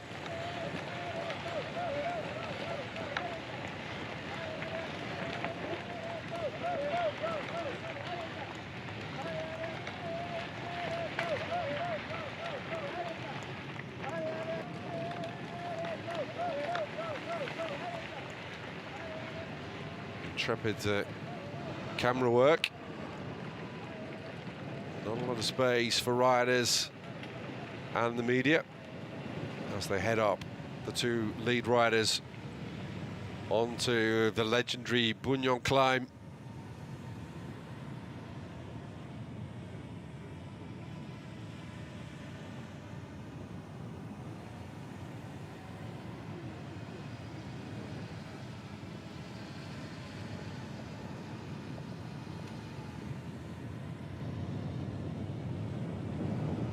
So around the 37-kilometer mark, these two.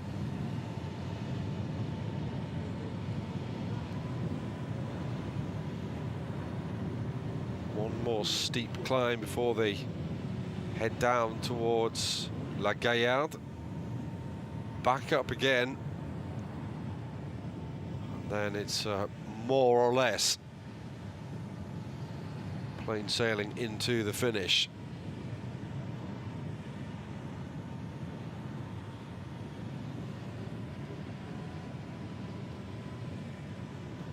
Some 40 minutes or so of racing for these two.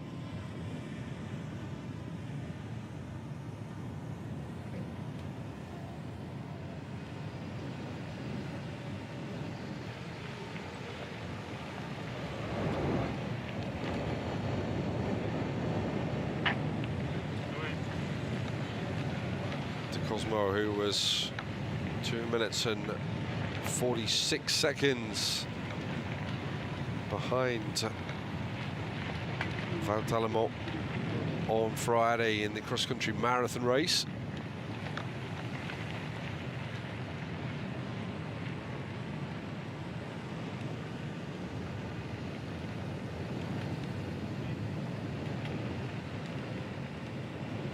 Remember, that was 104 kilometers. Quite an effort. How much will that have taken out of him?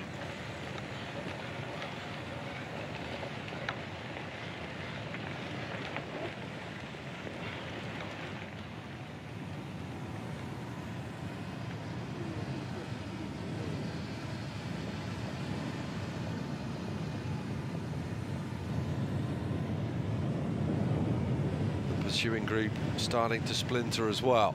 As they're on that left side, the leader's going through such a narrow section. No margin for error whatsoever, and at the speed that they're travelling, hugely impressive.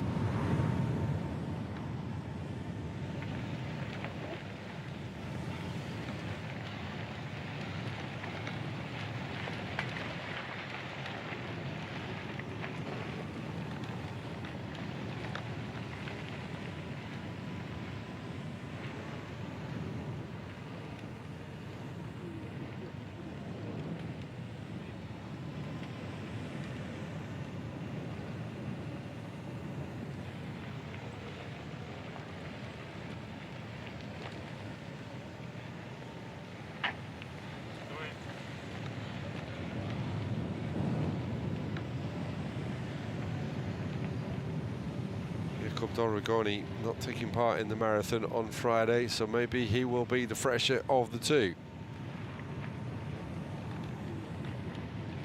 But of course these athletes highly tuned, very used to racing these sorts of conditions and distances in a short space of time. And again, a look over the shoulder from De Cosmo.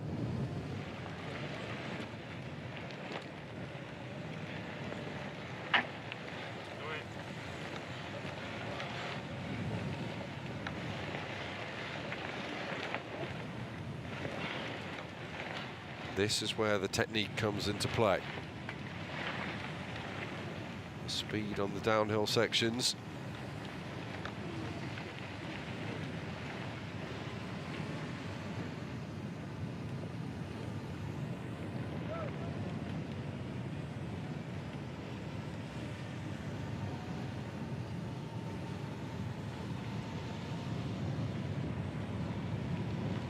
You can see some potential pitfalls have been sectioned off by the race organisers, which is sensible.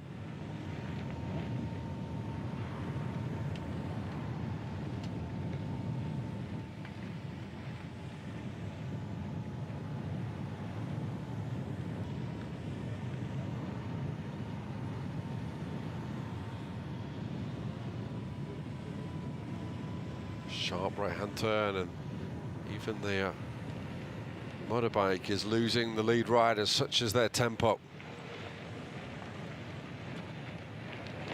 De Cosmo and Dorigoni still piling it on. And again, another quick look from De Cosmo.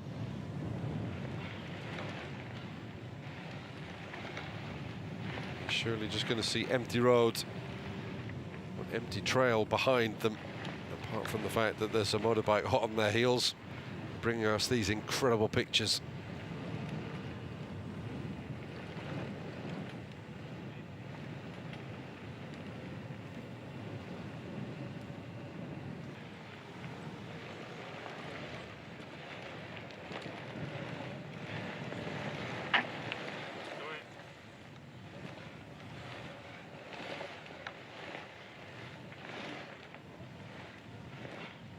Cosmo out of the saddle, pushing hard as the tyres grip into that dust and dirt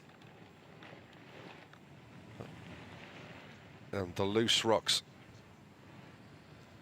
And they've now got a minute in hand on the chasing group. That surely is decisive as the kilometres edge down. As you can see, Axel Rudil-Cortina, who was the lead Frenchman in the marathon race on Friday, in that chasing group as well, along with South and Mitsunstad.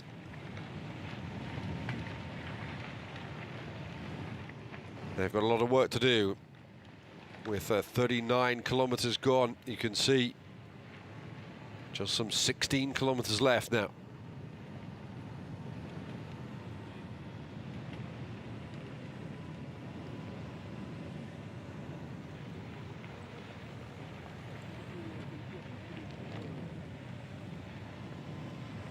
Just one more major climb,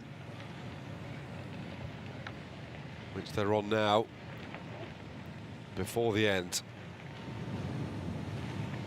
And what will be surely the sweet relief of crossing the finish line.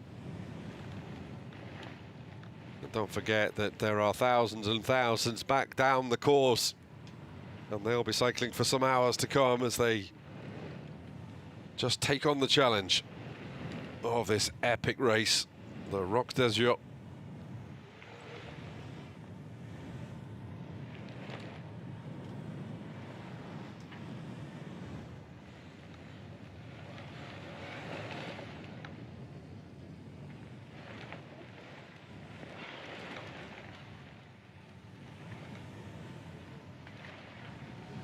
At the moment, two Italians and the two teammates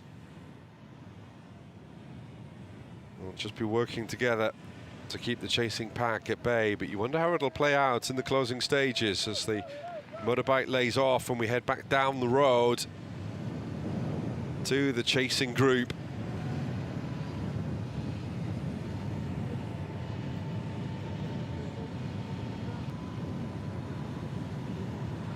They're still coming up the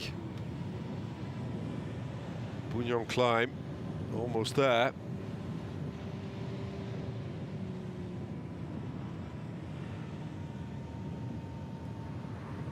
That chasing group splintered as well, as each goes to try and catch the two at the front. But before we see more of the action, we're going to hear from another of our interviewees who we caught up with during the week in the build-up to the race. Parce que là c'est un élu. Je vous vois. Est-ce que vous pouvez nous expliquer l'importance du Roc d'Azur pour la commune de Fréjus? Qu'est-ce que ça représente finalement?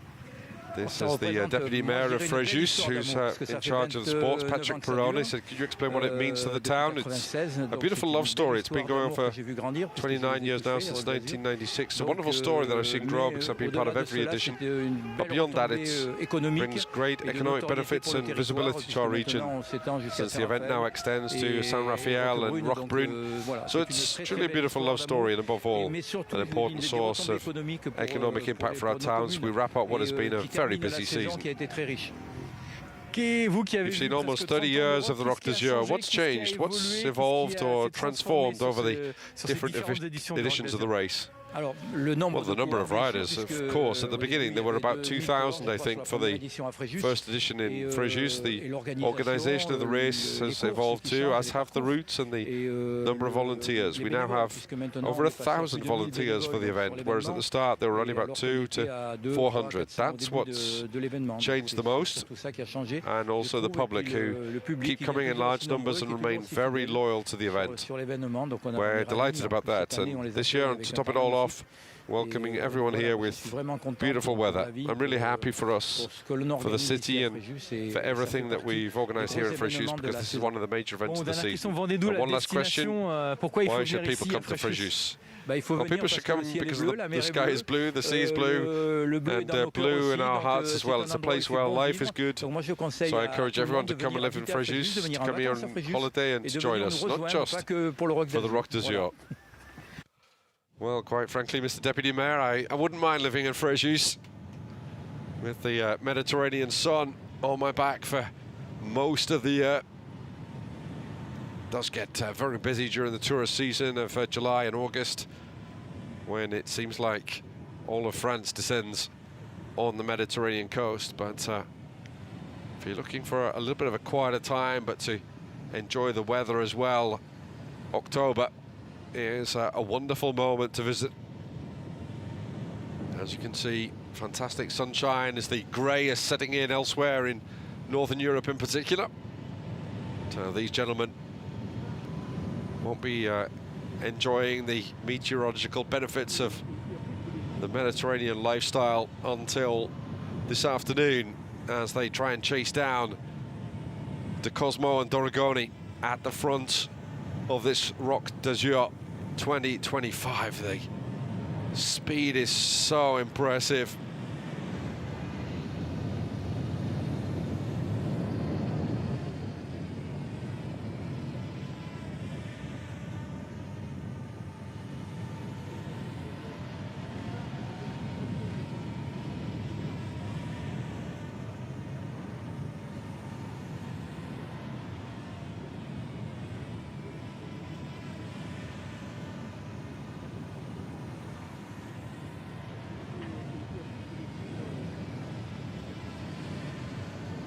Time and kilometres running out, though, for them to do about anything about the Italians, who are more than a minute up the trail.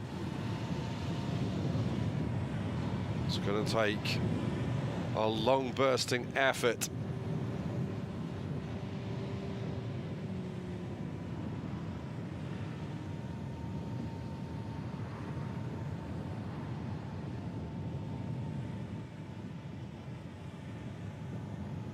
Well, as the chase continues, let's hear from another of the people we caught up with in the exhibition area earlier this week. You are the marketing manager of Thule, a Swedish brand. So can you tell me how important is it for you to be there on the Roc D'Azur this year? So for Thule, it's very important to be on the Roc D'Azur because we are very proud to support the bike industry and to show to everyone all the brand. We are not just a bike brand, we are also doing products for child, for bags and for rooftop tent. We are really willing to push people to live outdoor life, and our tagline is bring your life, and it's not for nothing. It's because we want to push family and people to share moments together in an outdoor environment. Okay, great. And what does the Roc D'Azur represent for you, for the brand, with the sun of the south of France in October? How is it important for you? So it's very, very important. It's not something new that we are on Roc D'Azur. We are with Roc D'Azur partners since more than 20 years.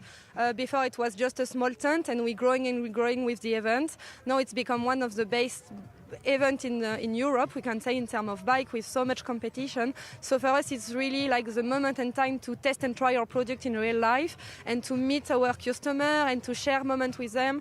We also offer them many activities with our ambassadors. We was with Kylian Bron yesterday, Nicolas Fleury, Isabeau Couturier also. So a lot of big ambassadors that we are working with. And it's really that, like, meet you guys as a customer and have interaction and present the product and how it can help you to live outdoor life. So you're talking about outdoor life. Which products are the top ranking at the moment? What is going at the top for biking, in maybe gravel bike or mountain bike? So definitely bike rack with the Thule Epos. Thule Epos is the most innovative bike rack, I would say, in the market, but also for the brand. What makes the difference is this bike rack have different hands, so you can fix the bike without. Sorry. No worry, you can tell it in French if you want. Ouais, je vais vous l'expliquer en français, ça sera beaucoup mieux. La grosse spécificité du Thule Epos, c'est que c'est des bras articulés différents. Donc vous pouvez venir fixer en fait vos vélos indépendamment les uns des autres. C'est-à-dire que si vous voulez décharger le vélo fixé à l'arrière, vous êtes obligé d'enlever le premier, le second vélo. Vous pouvez prendre tous les types de cadres, take off all the other bikes to get to that one. Et amovible. Donc ça c'est vraiment un plus sur le marché. Interchangeable and mobile, and that's one of the great new things on the market. It means you can put your bike on and off quickly, whether it's an electric bike or not. And of course, there's everything about the atmosphere here is respected in terms of the rules. Amazing why people are always smiling there. So we are in the south of France, always like with a big sun, and the races are amazing. If you have the opportunity to take the one to do one of the race, it's like so much beautiful. You can go in the countryside and then in the mountain and move to the sea. So it's so much different landscape. So it's incredible. And here it like everyone is very happy and yes, it's just like kind of fun moment with so much activities and a lot of sun. Thanks a lot. Merci beaucoup. Well, innovation and growth very much part of the Roc D'Azur. And as I mentioned earlier, grown from 7 participants in 1984 to now more than 20,000. Indication of just how the mountain bike industry has grown and how the sport has grown along with this race.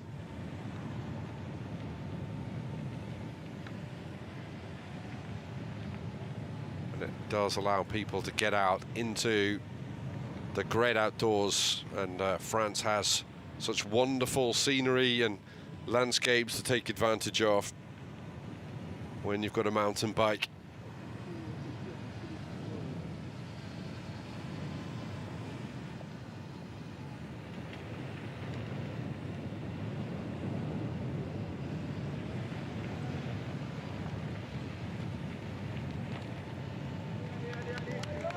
So still at the head of the race. We're on the concrete slab climb, which was mentioned, which, as you can see, is a real challenge. Very, very steep indeed. As the Doragoni and the Cosmo continue to churn out the watts on those pedals. An hour and 55 minutes into their ride. Expected time of finish in about 22 minutes or so.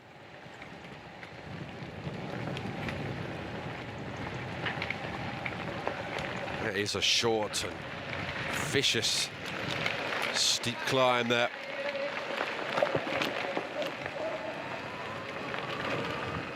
They made it look relatively easy, still going strong. That's at 44 kilometers or so now. We're going to head then down towards the Boucherel Reservoir. With almost 45 kilometers gone. As we look back down the track at the elite men pursuing these two. They're not going to catch them, I don't think.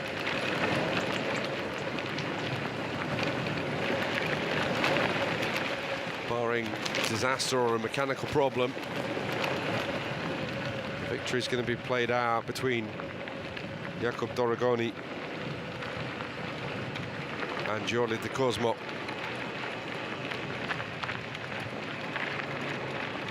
Cosmo again, very interesting to see who's back down the road, and not going to see anybody. These guys, unlike the road cyclists in the Tour de France, for example, which you may be used to, don't have the team cars following them for obvious reasons, and they don't have radio communication either. So it's very much old school as they lean into the climb. Look at the Cosmo right over the handlebars and absolutely powering away on those pedals as he tries to hang on to the wheel of Doragoni.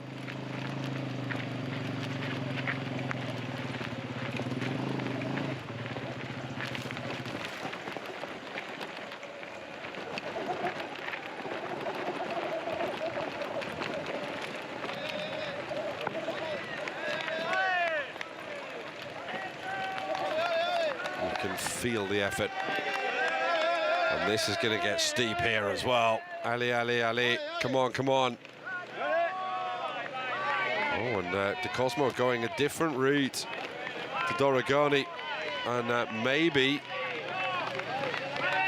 a sensible route as well. That is an absolutely brutal climb. The legs will be burning as the lactic acid builds. Supreme effort, they've come out of it.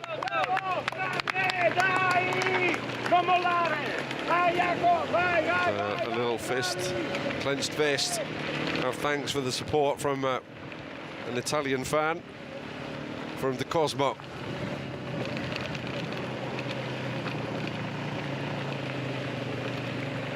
Does make a difference to the riders, the course side support.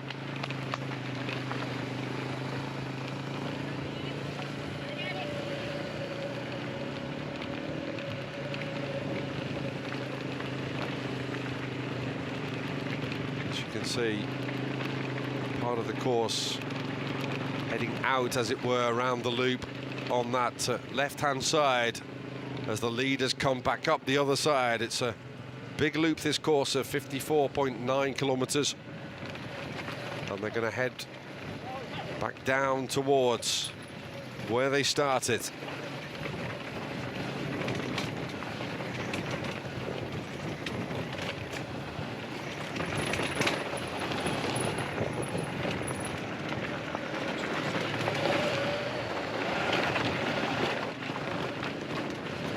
Of the pace of the descent, and almost gripping onto the desk in front of me. Such is the speed.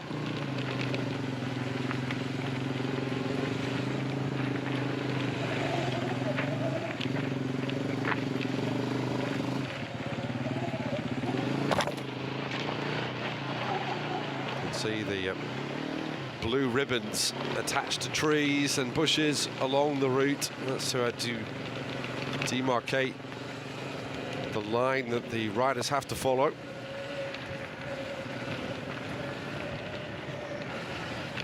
Hope Jakob Doragoni's paying attention. He's the one who's leading the field here.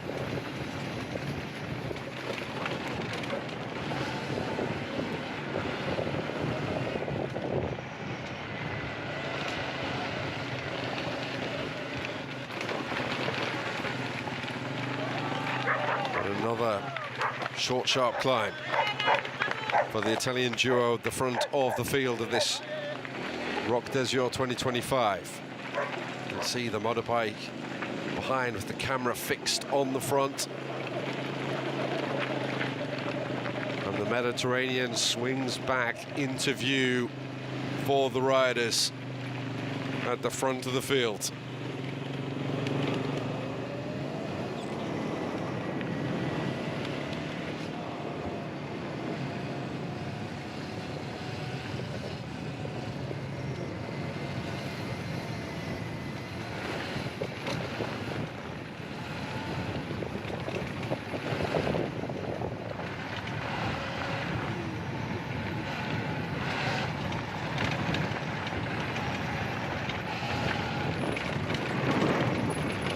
This descent,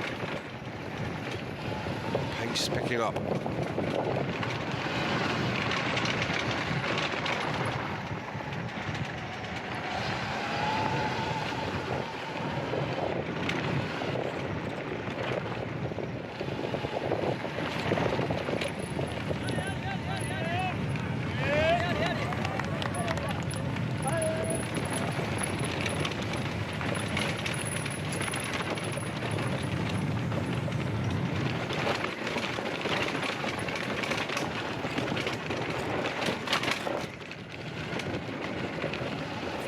Going so quickly, actually losing the motorbike, and very nearly an accident, as you saw. Such skill to handle the bike on this terrain at that speed. Not to be tried at home.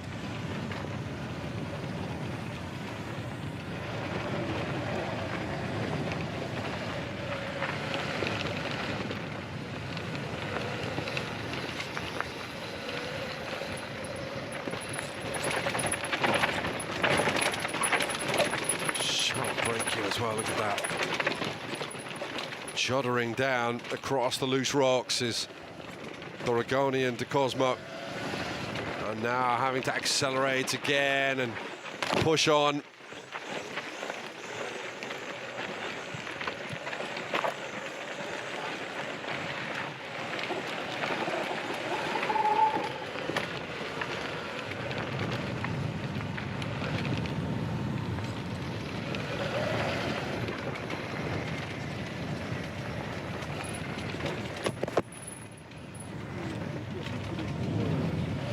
De Cosmo has that more than 100 kilometers of the marathon in his legs from Friday.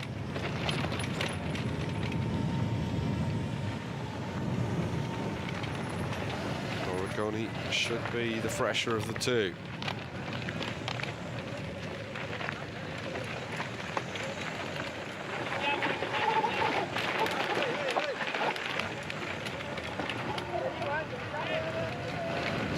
Between these two for the victory.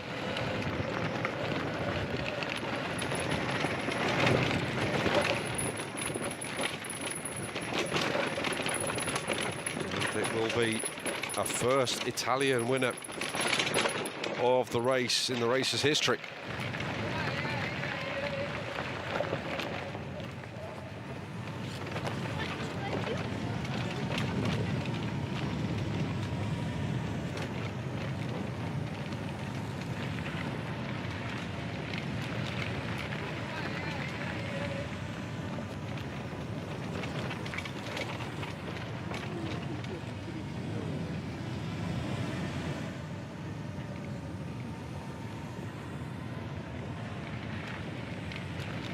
See the nature reserve just there in the distance, the water.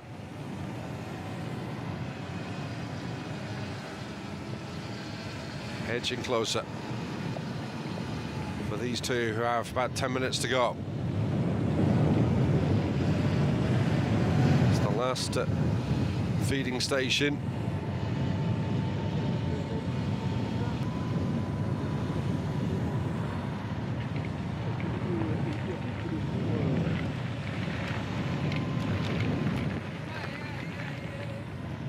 Now is it going to get tactical?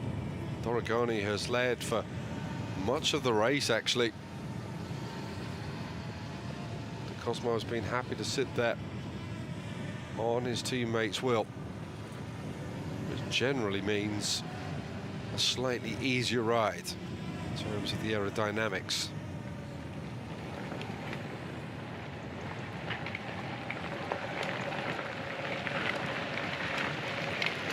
Is that going to play a factor in the closing stages here?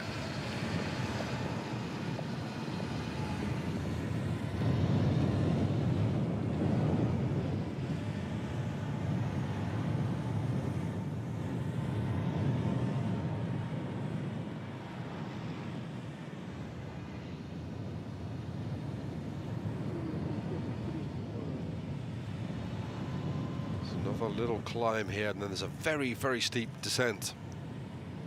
Pretty much the last one, certainly the last major one of the race, around 49 kilometers. But before the finale of this Roc D'Azur 2025, let's hear another interview from the exhibition area that we got earlier this week. Alors Alexandre, qu'est-ce que représente le Roc d'Azur pour vous, Ecoy? Pourquoi être partenaire de ce Roc d'Azur? From Alexandre Freliger of Ecoy.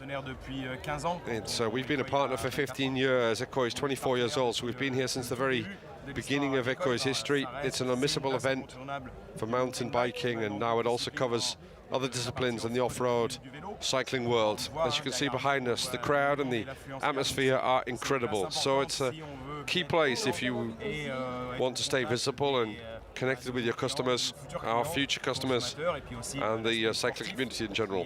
And of course, there's also the sporting side. It remains a major competition in the calendar, so it's hugely important for our brand. Once again, we're involved across all cycling disciplines.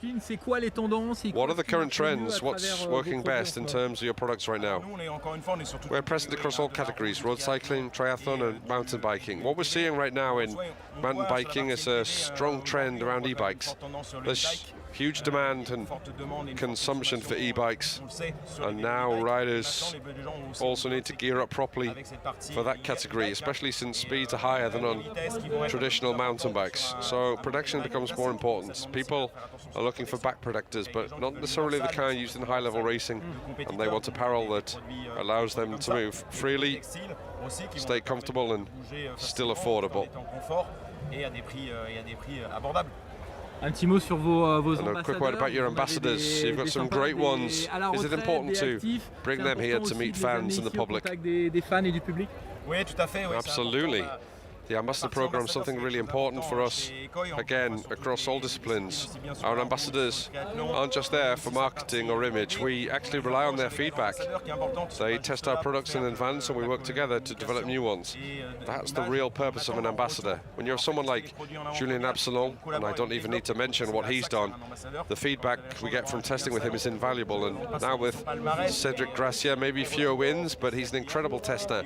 He rides every single day with our prototype gear and gives us constant feedback. It's also great to have them at events like this, engaging directly with the public. Yesterday, we organized a social ride where people got to ride alongside our ambassadors, and they came back absolutely thrilled. They did 30 kilometers with these guys. Julien led a tough route, very much his style. It was a unique experience, and we even gave participants a helmet and some apparel afterwards. We also have riders like Adrien Dailly, who's a bit less known, but became an e-bike world champion. That's something. It fits perfectly with the current trend. It also helps give visibility to up-and-coming athletes and support them as they grow and find new partners.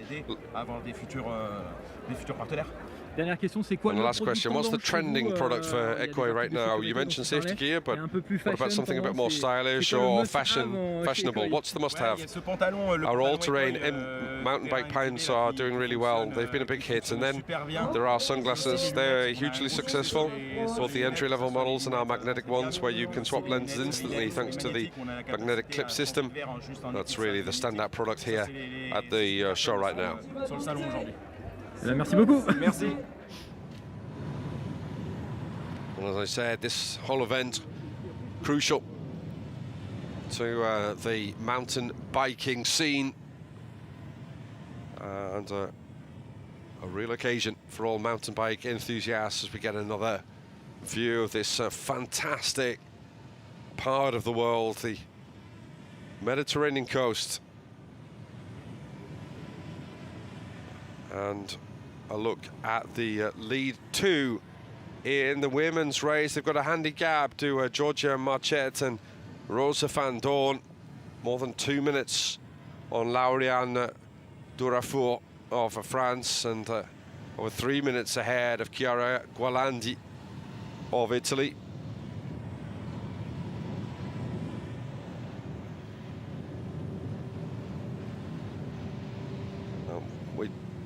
We do have one final interview for you, and that's from Michel Callot, the president of French Cycling Federation. What does the Roc D'Azur represent for you? Well, it's a major and historic event because originally it was created by the French Cycling Federation. Later on, it took on a new life. Today, managed by ASO, it's grown tremendously. It's a wonderful opportunity to bring together all cycling enthusiasts. You can see that with the exposition and with the variety of races, which allows us to reach many different audiences. For us, it's become one of the major events in French cycling.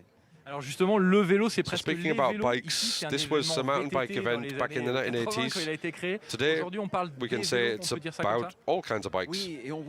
Well, yes, we can see that there are now many disciplines that in some way find points of connection. Gravel, for example, it's quite a natural link between mountain biking and road cycling.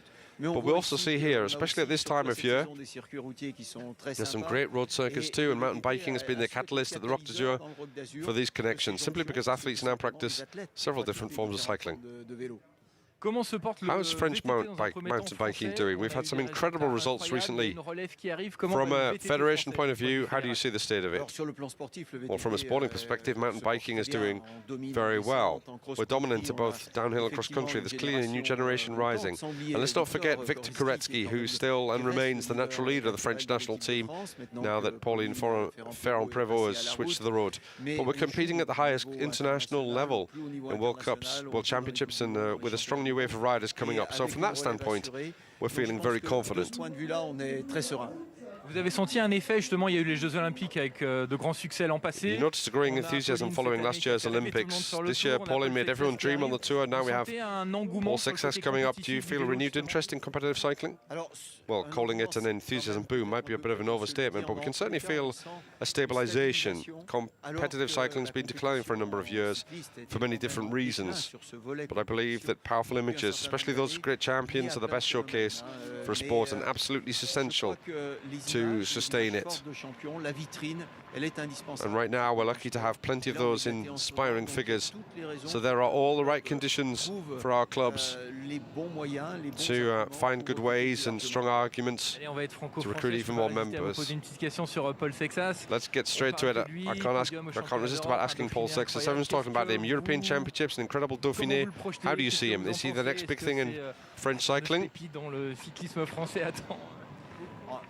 Well, in any case, those are outstanding performances for his age, something we haven't seen from a French rider in a very long time. Gives us hope for the future. We know that a professional cycling career is full of uncertainties, crashes, illness, so many things can get in the way. We must remain cautious. But in terms both of his physical abilities and now proven mental strength, Paul Sextus has all the qualities for a future great champion that France has been waiting for. Someone who can shine on the biggest stage races.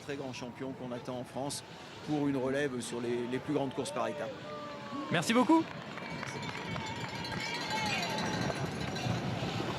Well, we're going to have a great winner of today's race. but they're going to be from Italy. And interesting to hear about Paul Sexas, the 19-year-old French cyclist. Could he be the first French winner of the Tour de France in the future? The last French winner of the Tour de France all the way back in 1985, the great Bernard Hinault, who won the 5th yellow jersey of his great career all the way back some 40 years ago now. No French winner in the Tour de France, but Sexas getting everybody excited with a win at the time trial in the World Junior Championships in 2024.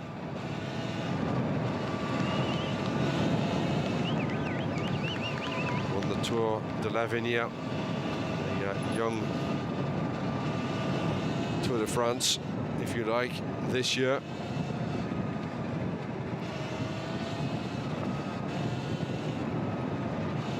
Also mentioned was Pauline Ferrand-Prévot, who has made a successful switch to the road from mountain biking, winning this year's Women's Tour de France.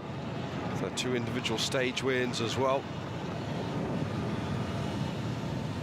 Also won the Paris-Roubaix. Well, it's a little bit like a mountain bike race.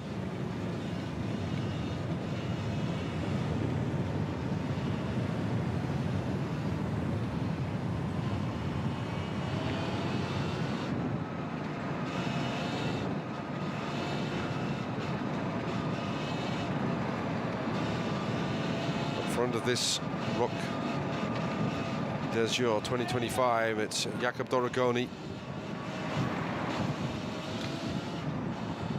and Gioli De Cosmo.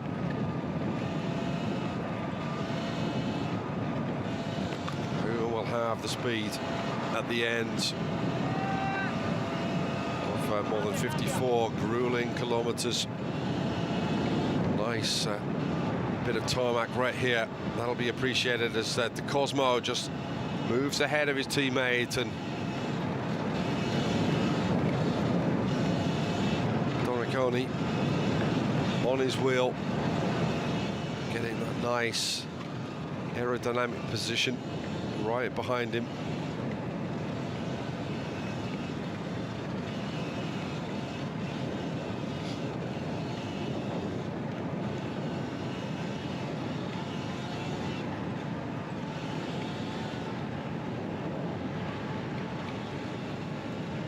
Certainly taking it in turns, these two teammates.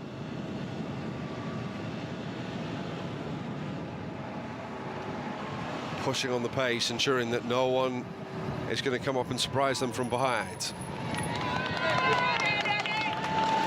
Another tight little turn there. Closing fast on the finish.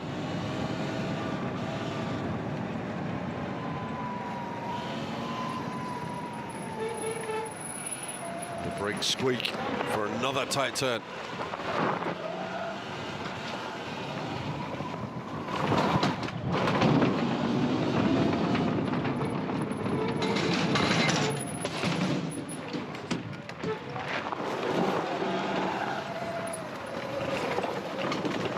Control of the bicycle is quite sublime.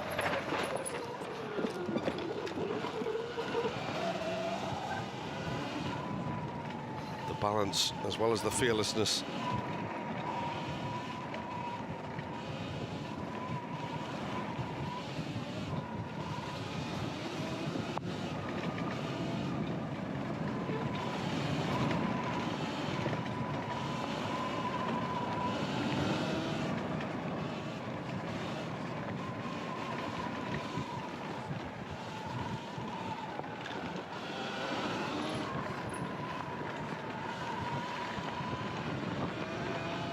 Doragoni and De Cosmo side by side.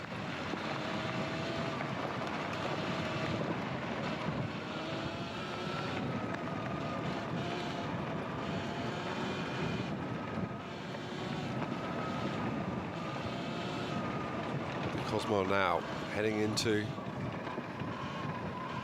the dust just in front. Plenty of dust behind them as well. They've left everybody else trailing in their dust, quite frankly.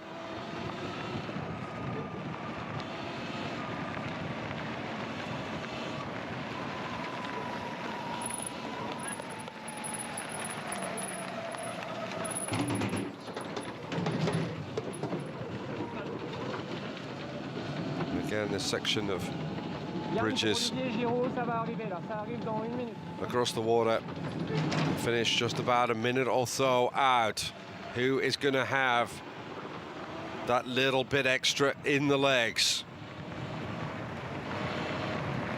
Oh, that's nice. And now they're going to go for it, I think. They've got their nice little high five, and he's enjoying it as De Cosmo. I think that was just a high rather than I'm going to finish second here.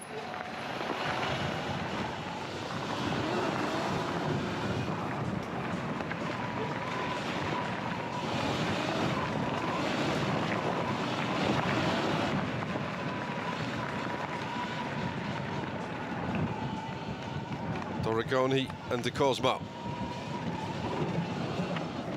coming into the finish now. We're going to see a sprint between the two Italians, the two teammates. Dorigoni putting the glasses on. Is that just for the photo?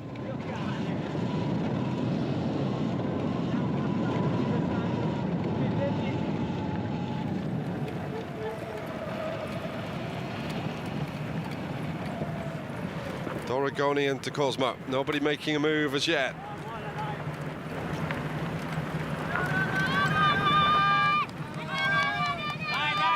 Both still looking strong.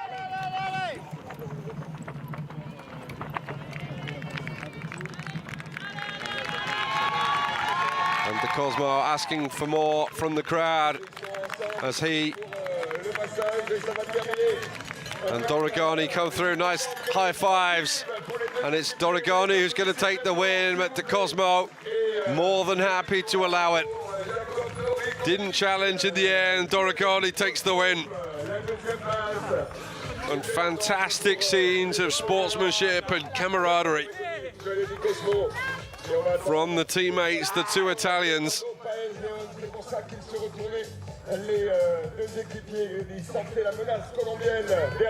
Wonderful work, wonderful race, and ends in fantastic scenes and very much enjoyed. De Cosmo and Dorigoni with a little high five before the finish, and also De Cosmo coming along and high-fiving the entire crowd in the final straight.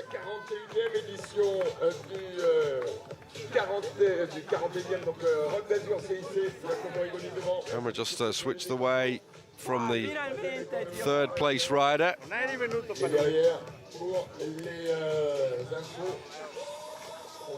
Before I could see who it was. It's Hector Leonardo Paez Leon. Expected to see him feature more. The 43-year-old Colombian. And he completes the podium. The man who finished third in the World Championships behind Keegan Svensson of the United States and Samuele Porro of Italy, finished behind two Italians today to take third place. He was third overall in the World Cup standings as well. Second time he's been on the podium in the Roc D'Azur after finishing second in 2023. As a larger group now comes in, and they're certainly racing for the finish.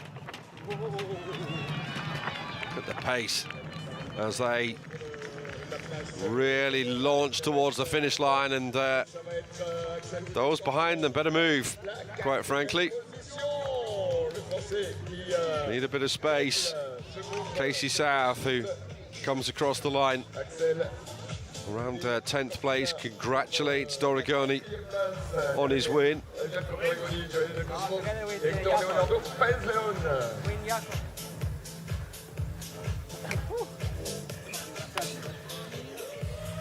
You can see the effort. Martin! Christophe, suis-moi, Christophe, suis-moi.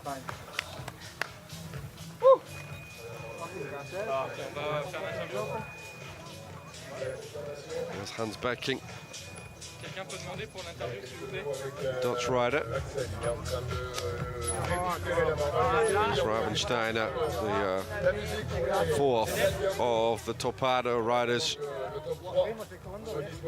Winner, then second, then third. Yes. Okay.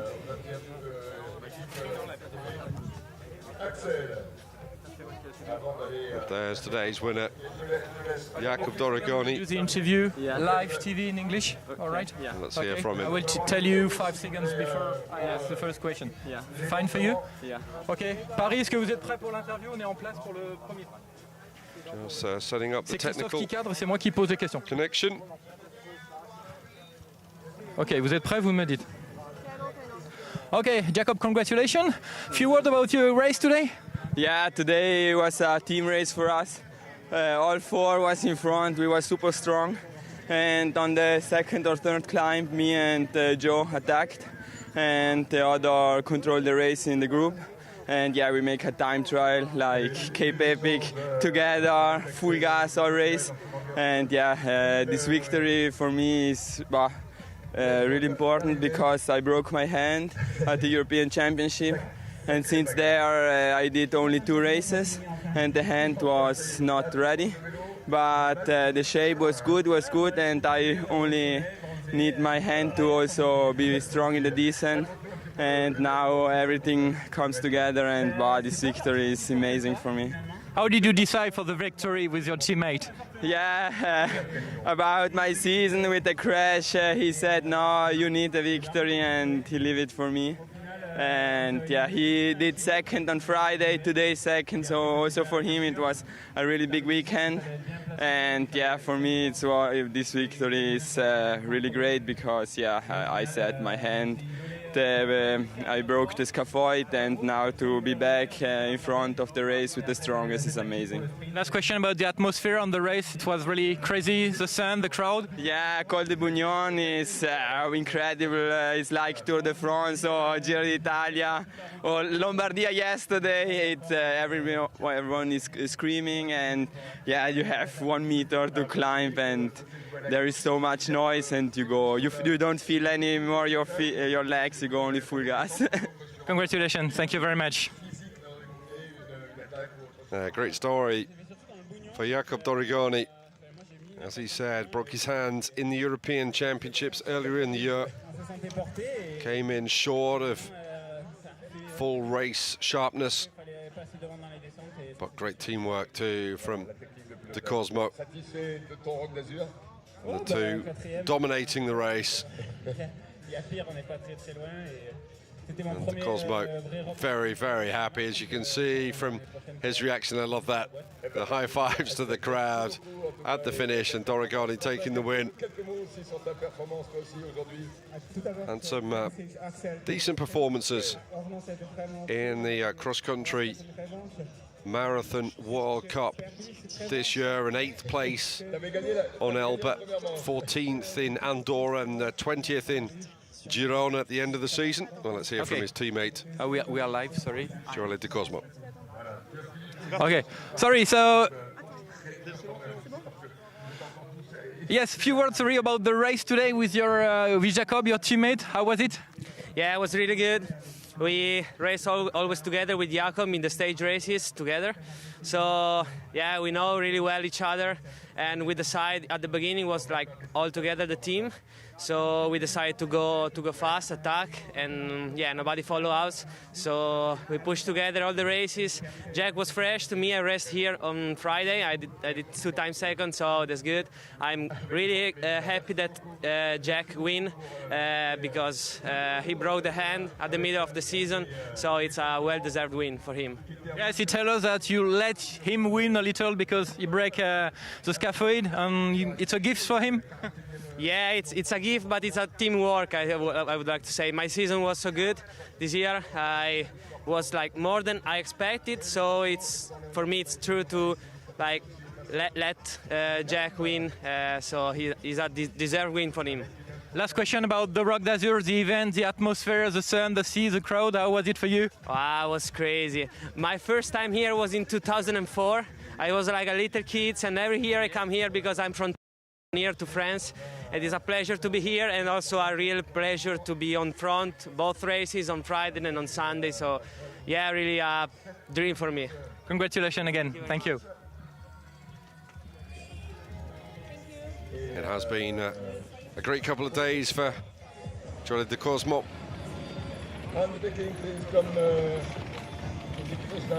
As he said, the runner-up in the marathon race on Friday. Runner-up again today, but maybe could have pushed his teammate Dorigoni, but sometimes it's about more than just winning.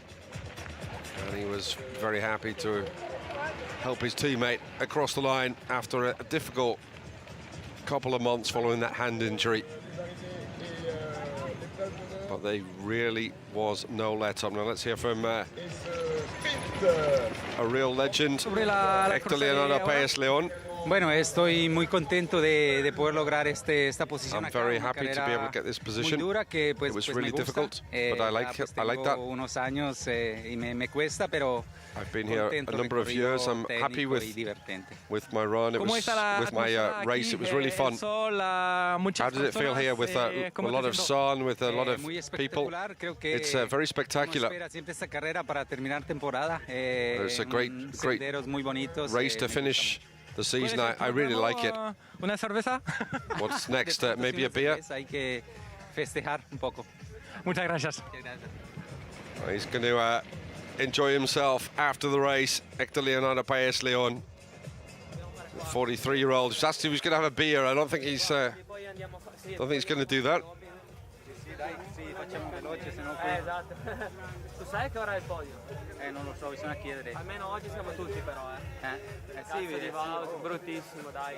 Per me era la prima volta, capito, fare un podio qua, è stato brutto. Bruttissimo, per quello dovevamo rifarlo oggi. That's the podium of the Roc D'Azur 2025. Jacob Dorigoni, the winner in the middle. Johnny De Cosmo on the left, finishing second. And Héctor Leonardo Paes León again on the podium in this legendary race.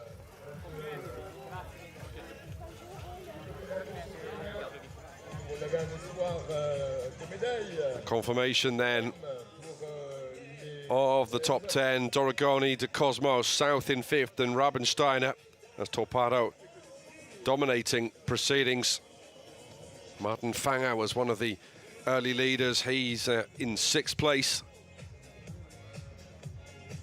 Frenchman Axel Rudel Cottenard in 4th. Hans Becking, as I mentioned, in 7th. The Norwegian Mitsenstadt in 8th. And Jose Diaz, we didn't see a lot of him in the race.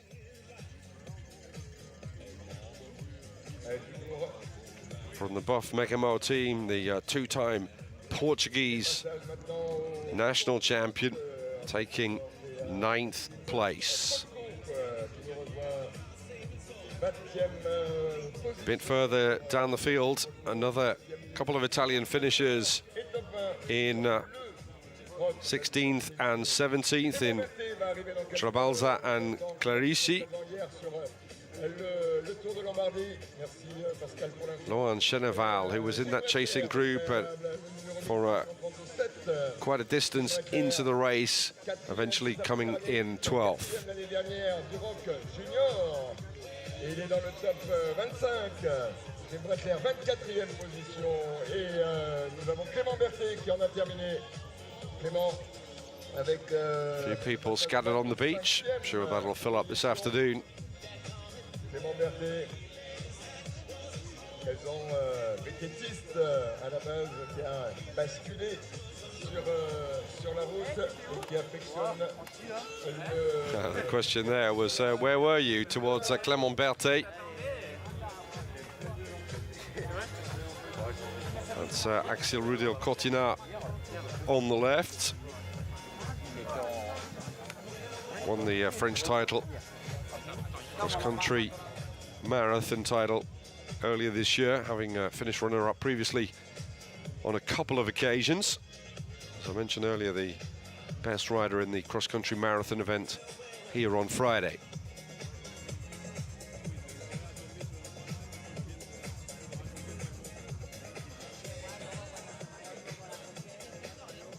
Well, riders still scattered along the course and will be for some time to come. Look at those beautiful houses on the right-hand side. The swimming pool looks inviting on a day like today.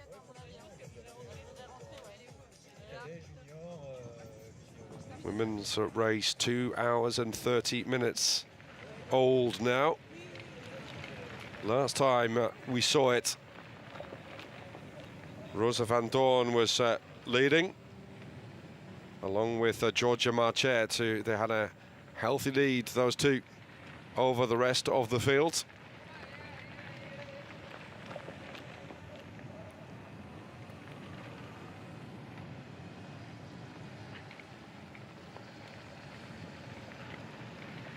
There's more of the men coming across the line. Dario Cerci among them, 18th ranked in the world. Might have expected a bit better today. Was 20th in the World Championships last month in Switzerland. 15th in the marathon event on Friday.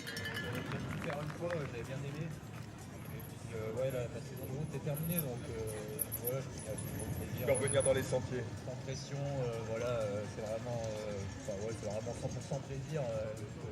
Un petit bilan de ta saison route, les hauts faits peut-être. Les satisfactions que tu retires de cette année 2025. Ouais, il y a eu des satisfactions, j'ai fait pas mal de belles places. Après, je parle de ces games.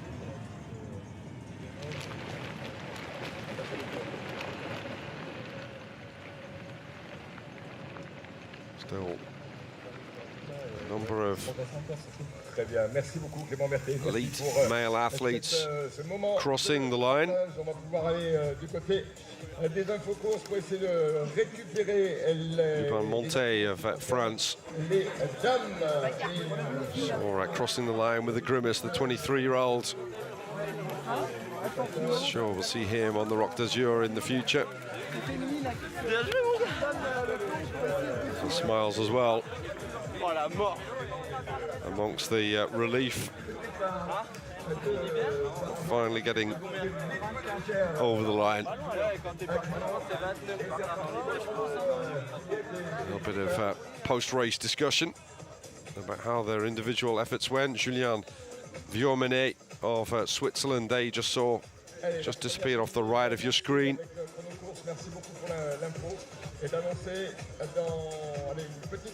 Clément Cousin there as well. I was going to hear from Cédric Berthet on the Tour of Lombardie yesterday. Ça fait un bel petit enchaînement pour now finir today la on this saison one, it's 2025. C'est cool, je pense que good je peux couple of partir en races to end the vacances, season. I ça, think I c'est can bon. head off happily on holiday now. Non, faut le préparer Had you un planned petit to peu do hein, parce que both? c'est un peu de logistique. You've got to prepare. There was quite a lot of c'est pas tout à fait à logistics côté to non do, plus, and the faut Tour of venir en Lombardie Latvie et is tout, c'est pas not close. il y a un peu de logistique à prévoir, donc non, You've j'avais got prévu ça to depuis plan quelques it. semaines I quand même. planned it for a couple of weeks now. L'année dernière, j'avais fait l'impasse, mais cette année, Last year I hadn't done that, but de revenir un petit coup sur le rock. Donc this year I thought that I would do it and come back to do the rock. Il y a quelques semaines ou pas trop? J'ai fait une ou deux sorties chez moi, mais bon, rien de très sérieux. Hein. Je roule plus races, l'hiver, en I don't été, really quand je vais reprendre dans un bon mois. On mountain bike anymore. Too much, but j'en fais vraiment pas beaucoup. Donc, mostly on road cycling. Bon, ça me fait toujours plaisir de remonter sur le VTT. I'm always happy to get on the mountain bike, and ludique. it's always fun. Voilà, rouler ici c'est toujours aussi cool. Hein. C'est quand même. It's always cool to ride here. Puis voilà, le fantastic scenery, aussi, and the rock is an opportunity to see quand je faisais du VTT. all my friends. Voilà, c'est un beau petit week-end. That I saw when I did mountain biking. Well, he was on the Tour of Lombardie yesterday. Finished 48th. Did Clément Berthet, who's now a professional road cyclist, was 36th in the Tour de France earlier this year, but enjoying himself on the mountain bike.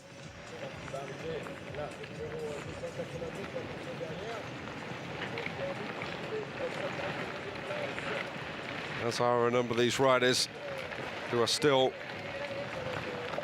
Going to be coming across the line for some time to come.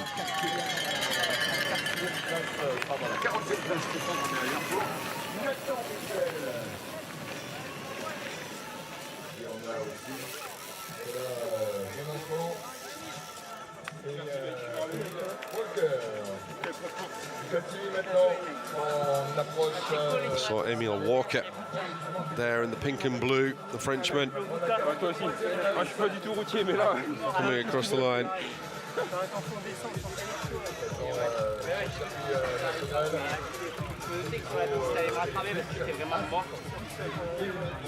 Clearly a real test for everyone here.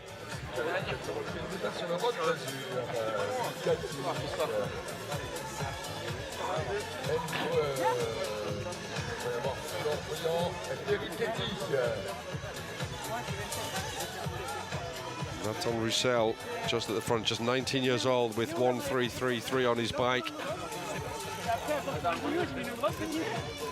Maybe a name to look out for in the future as we see the two leaders in the women's race. Georgia Marchette and Rosa van Doorn. Last time we looked, they had a handy lead as well.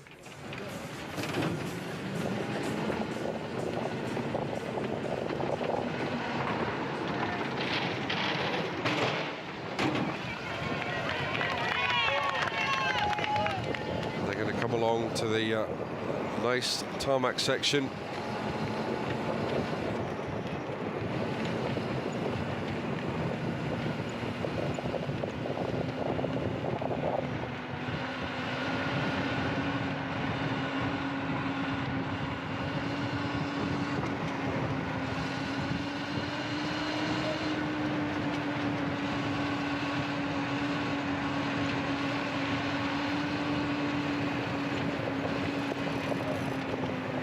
That isn't the two lead women riders, you may well have noticed.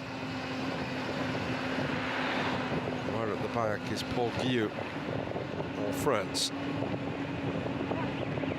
Just ahead of him, one of the amateur riders, and Guillou wants the motorbike to go past them, because he's going to go past the man in front of him.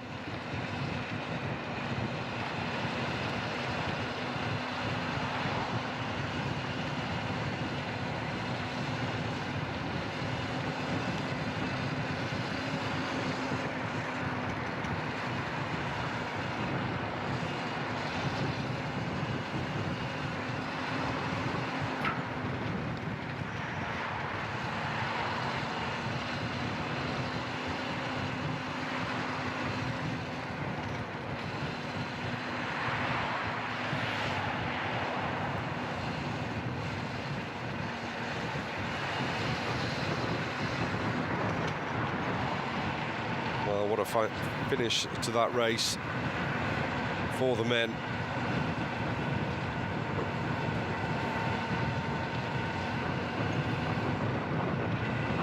(2025) Roc D'Azur belonging to Italy and Team Torpedo.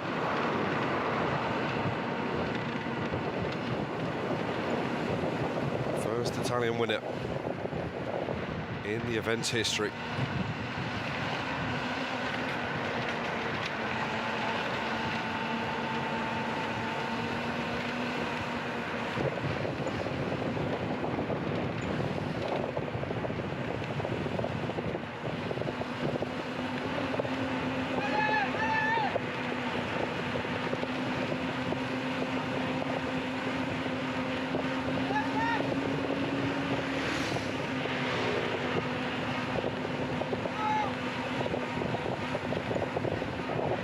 Be a welcome relief to get on the smooth tarmac along this section.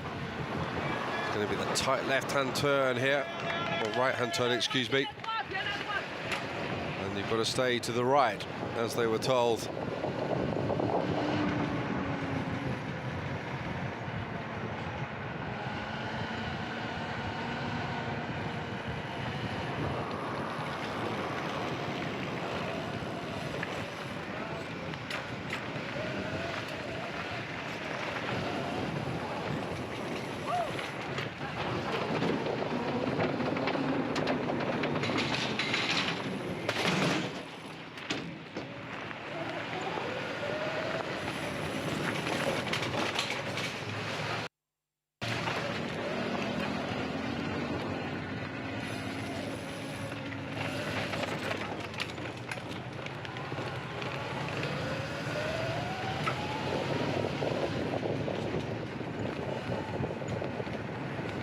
Well, it seems I may have read the number wrong. It could be 268.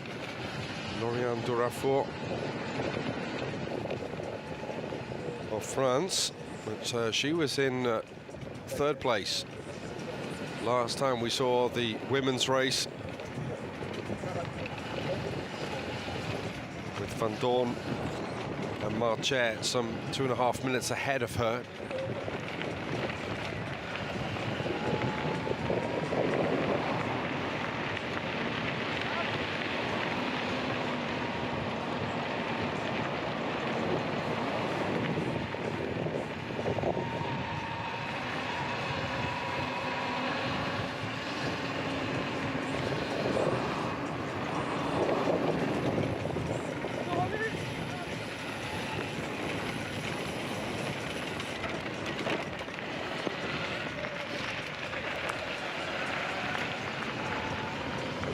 In the closing stages of the ride. Sun skims off the water there. Such a tight turn to the left. Disturbing the peace of those people fishing on the left-hand side.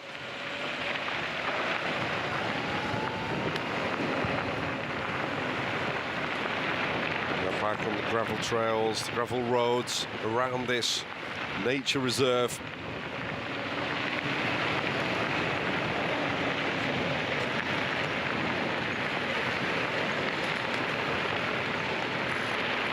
Base Nature François Léotard.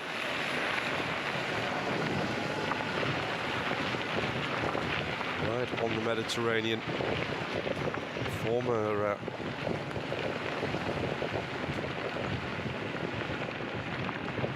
French Air Force and French Navy base, actually.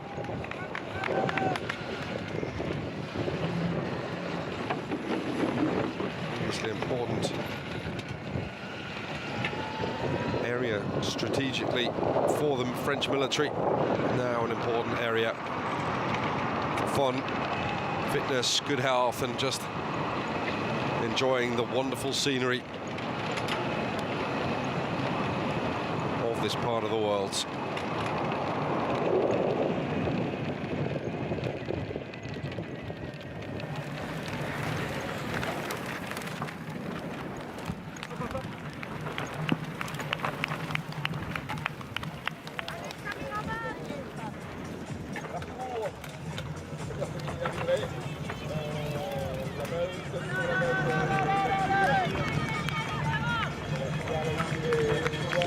Finish here of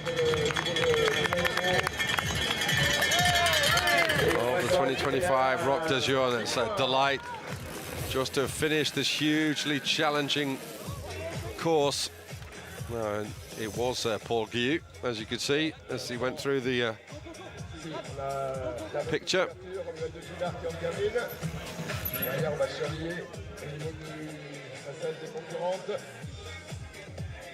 Just the finish of this race, but wasn't the original start. That was in Ramatuelle, not too far away from here, but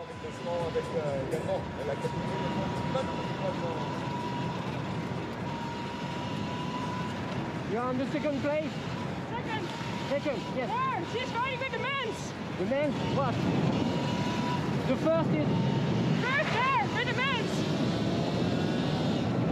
That was Rosa Van Dorn, the world-ranked #1 rider, in second place. La deuxième, elle me dit que la première est juste devant elle. J'ai essayé de la rechercher pour Moto 3. Let's see.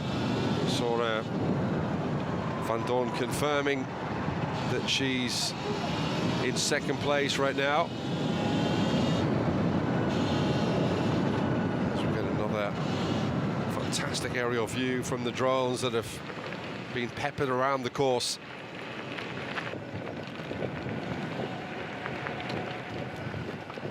Well, it gives you a sense of just how quick the men were, because the women set off just some 5 minutes behind the elite men. And the elite men have been finished some 25 minutes or more. At least the leaders set an absolutely fearsome pace, did Doragoni and De Cosmo.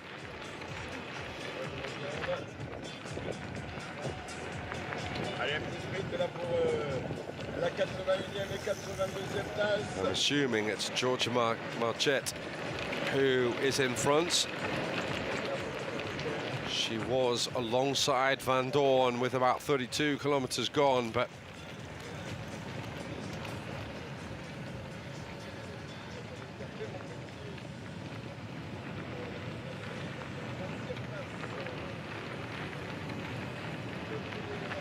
weaving their way through the campsite, which is just at this La Galiote beach, the Plage La Galiote as it's called in French.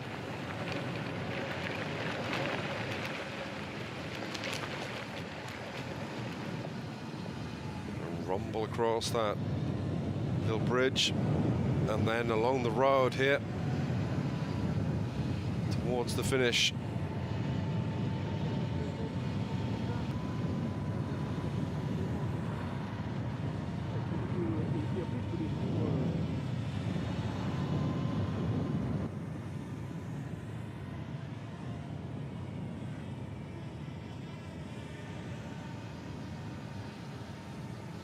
Fantastic aerial views. If you've not seen the south of France before, get yourself down there and explore this wonderful region. It's not all about sun and sea, but there's incredible scenery as well, particularly in the hinterlands, as they call them, away from the coast.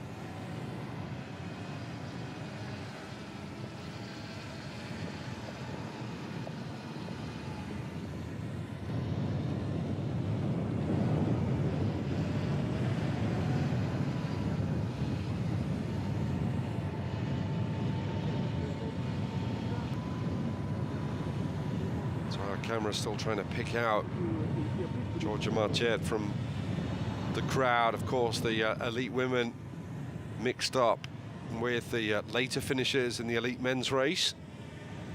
Maybe some of the best men's amateur riders as well.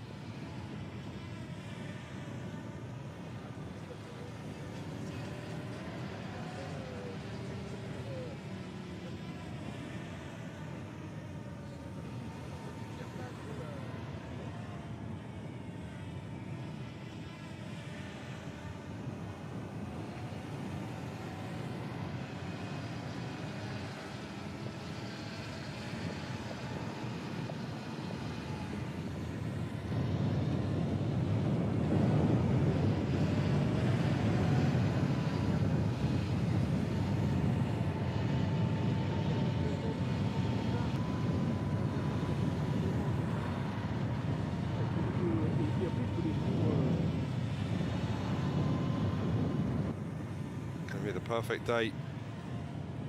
Just have a little rest and enjoy the sun after a tough day in the saddle.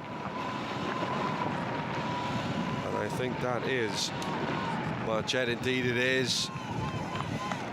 The leader of the women's race, almost there. So we've had an Italian victory in the men's race. We're going to have an Italian victory in the women's race, and she too will be the first Italian winner of the Roc D'Azur. The 27-year-old, just like Jacob Doragoni actually. Great vintage in Italian cycling, it would seem. She was third in the marathon race on Friday, has clearly had plenty left in the tank as well for today, as she has just pulled away from Rosa Van Dorn, the world #1, remember. And Marchette breathing hard, but she's almost there. But you can see the fatigue as the bike veers around.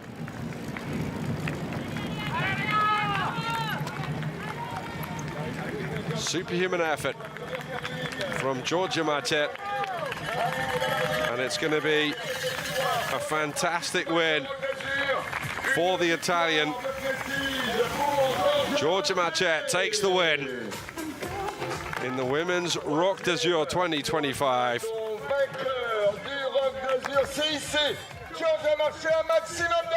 And Italy takes honours in both the men's and the women's race. Giorgia qui joue aussi sur les deux tableaux, le cross olympique et le marathon. Giorgia Marchet pour la deuxième position maintenant. Vous allez pouvoir voir la... It's going to be Van Dorn in second. Only France has ever claimed wins in both races.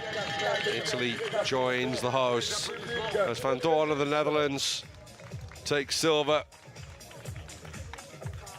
Voilà l'ordre inversé par rapport Not the position au marathon. she came here for. Rosa Van Dorn après la deuxième position vendredi sur le Staggered marathon. Not a smile anyway. La deuxième place à nouveau sur le Roc D'Azur Cic cette fois-ci les 50 She's had a pretty good year, it has to be said, Van Dorn.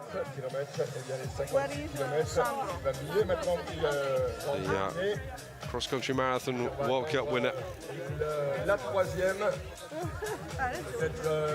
Finished ahead of Marchet in Friday's cross-country marathon. Finishes just behind her today.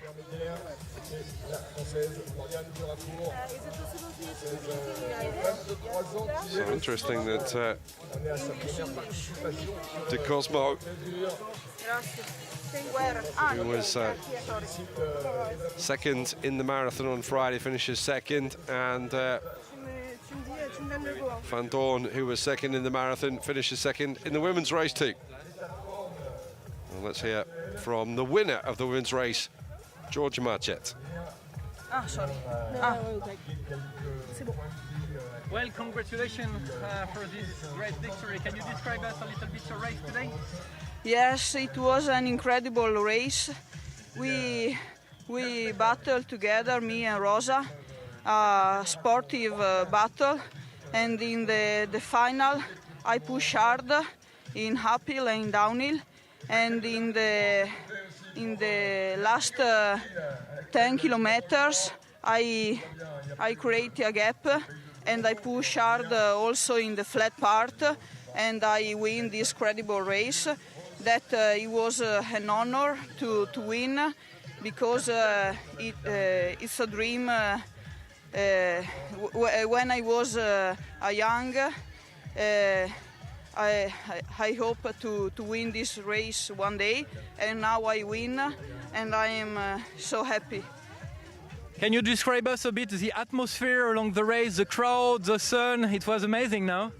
It was an incredible. In the Bunion Wall there is a lot of people, and I pass I win the GPM and it was an incredible atmosphere. It was an incredible event, and this first time that I participate, and it was incredible.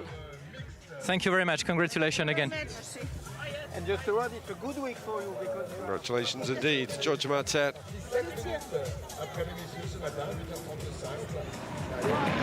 Double Italian victory on the Roc D'Azur.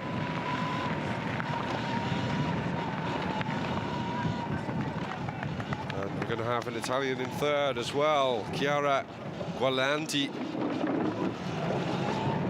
Is she third? She was actually in fourth. There was Lauriane Durafour of France who was ahead of her at one stage, some 30 seconds though.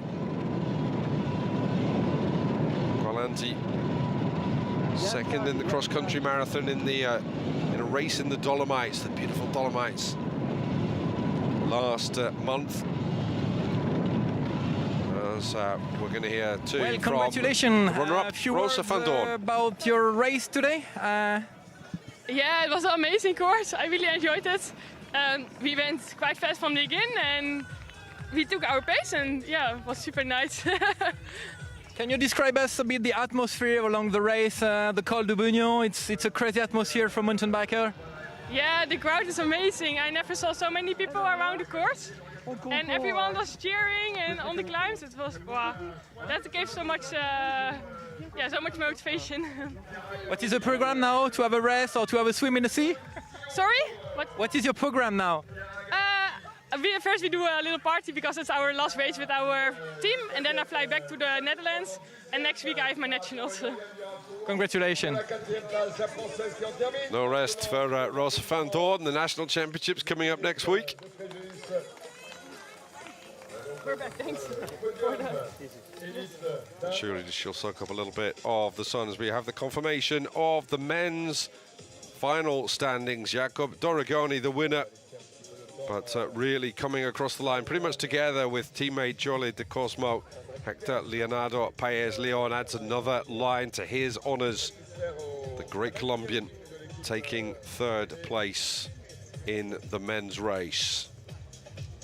And the top four in the women's race, Giorgia Marchet making an Italian double at the 2025 Roc D'Azur. Rosa van Doorn in second, with Chiara Gualanti in third. Well, hope you've enjoyed that as much as we have. It's been a wonderful morning's mountain bike racing on the Mediterranean coast, and another glorious chapter in the history of the Roc D'Azur. Ça s'est joué à quoi? Come on,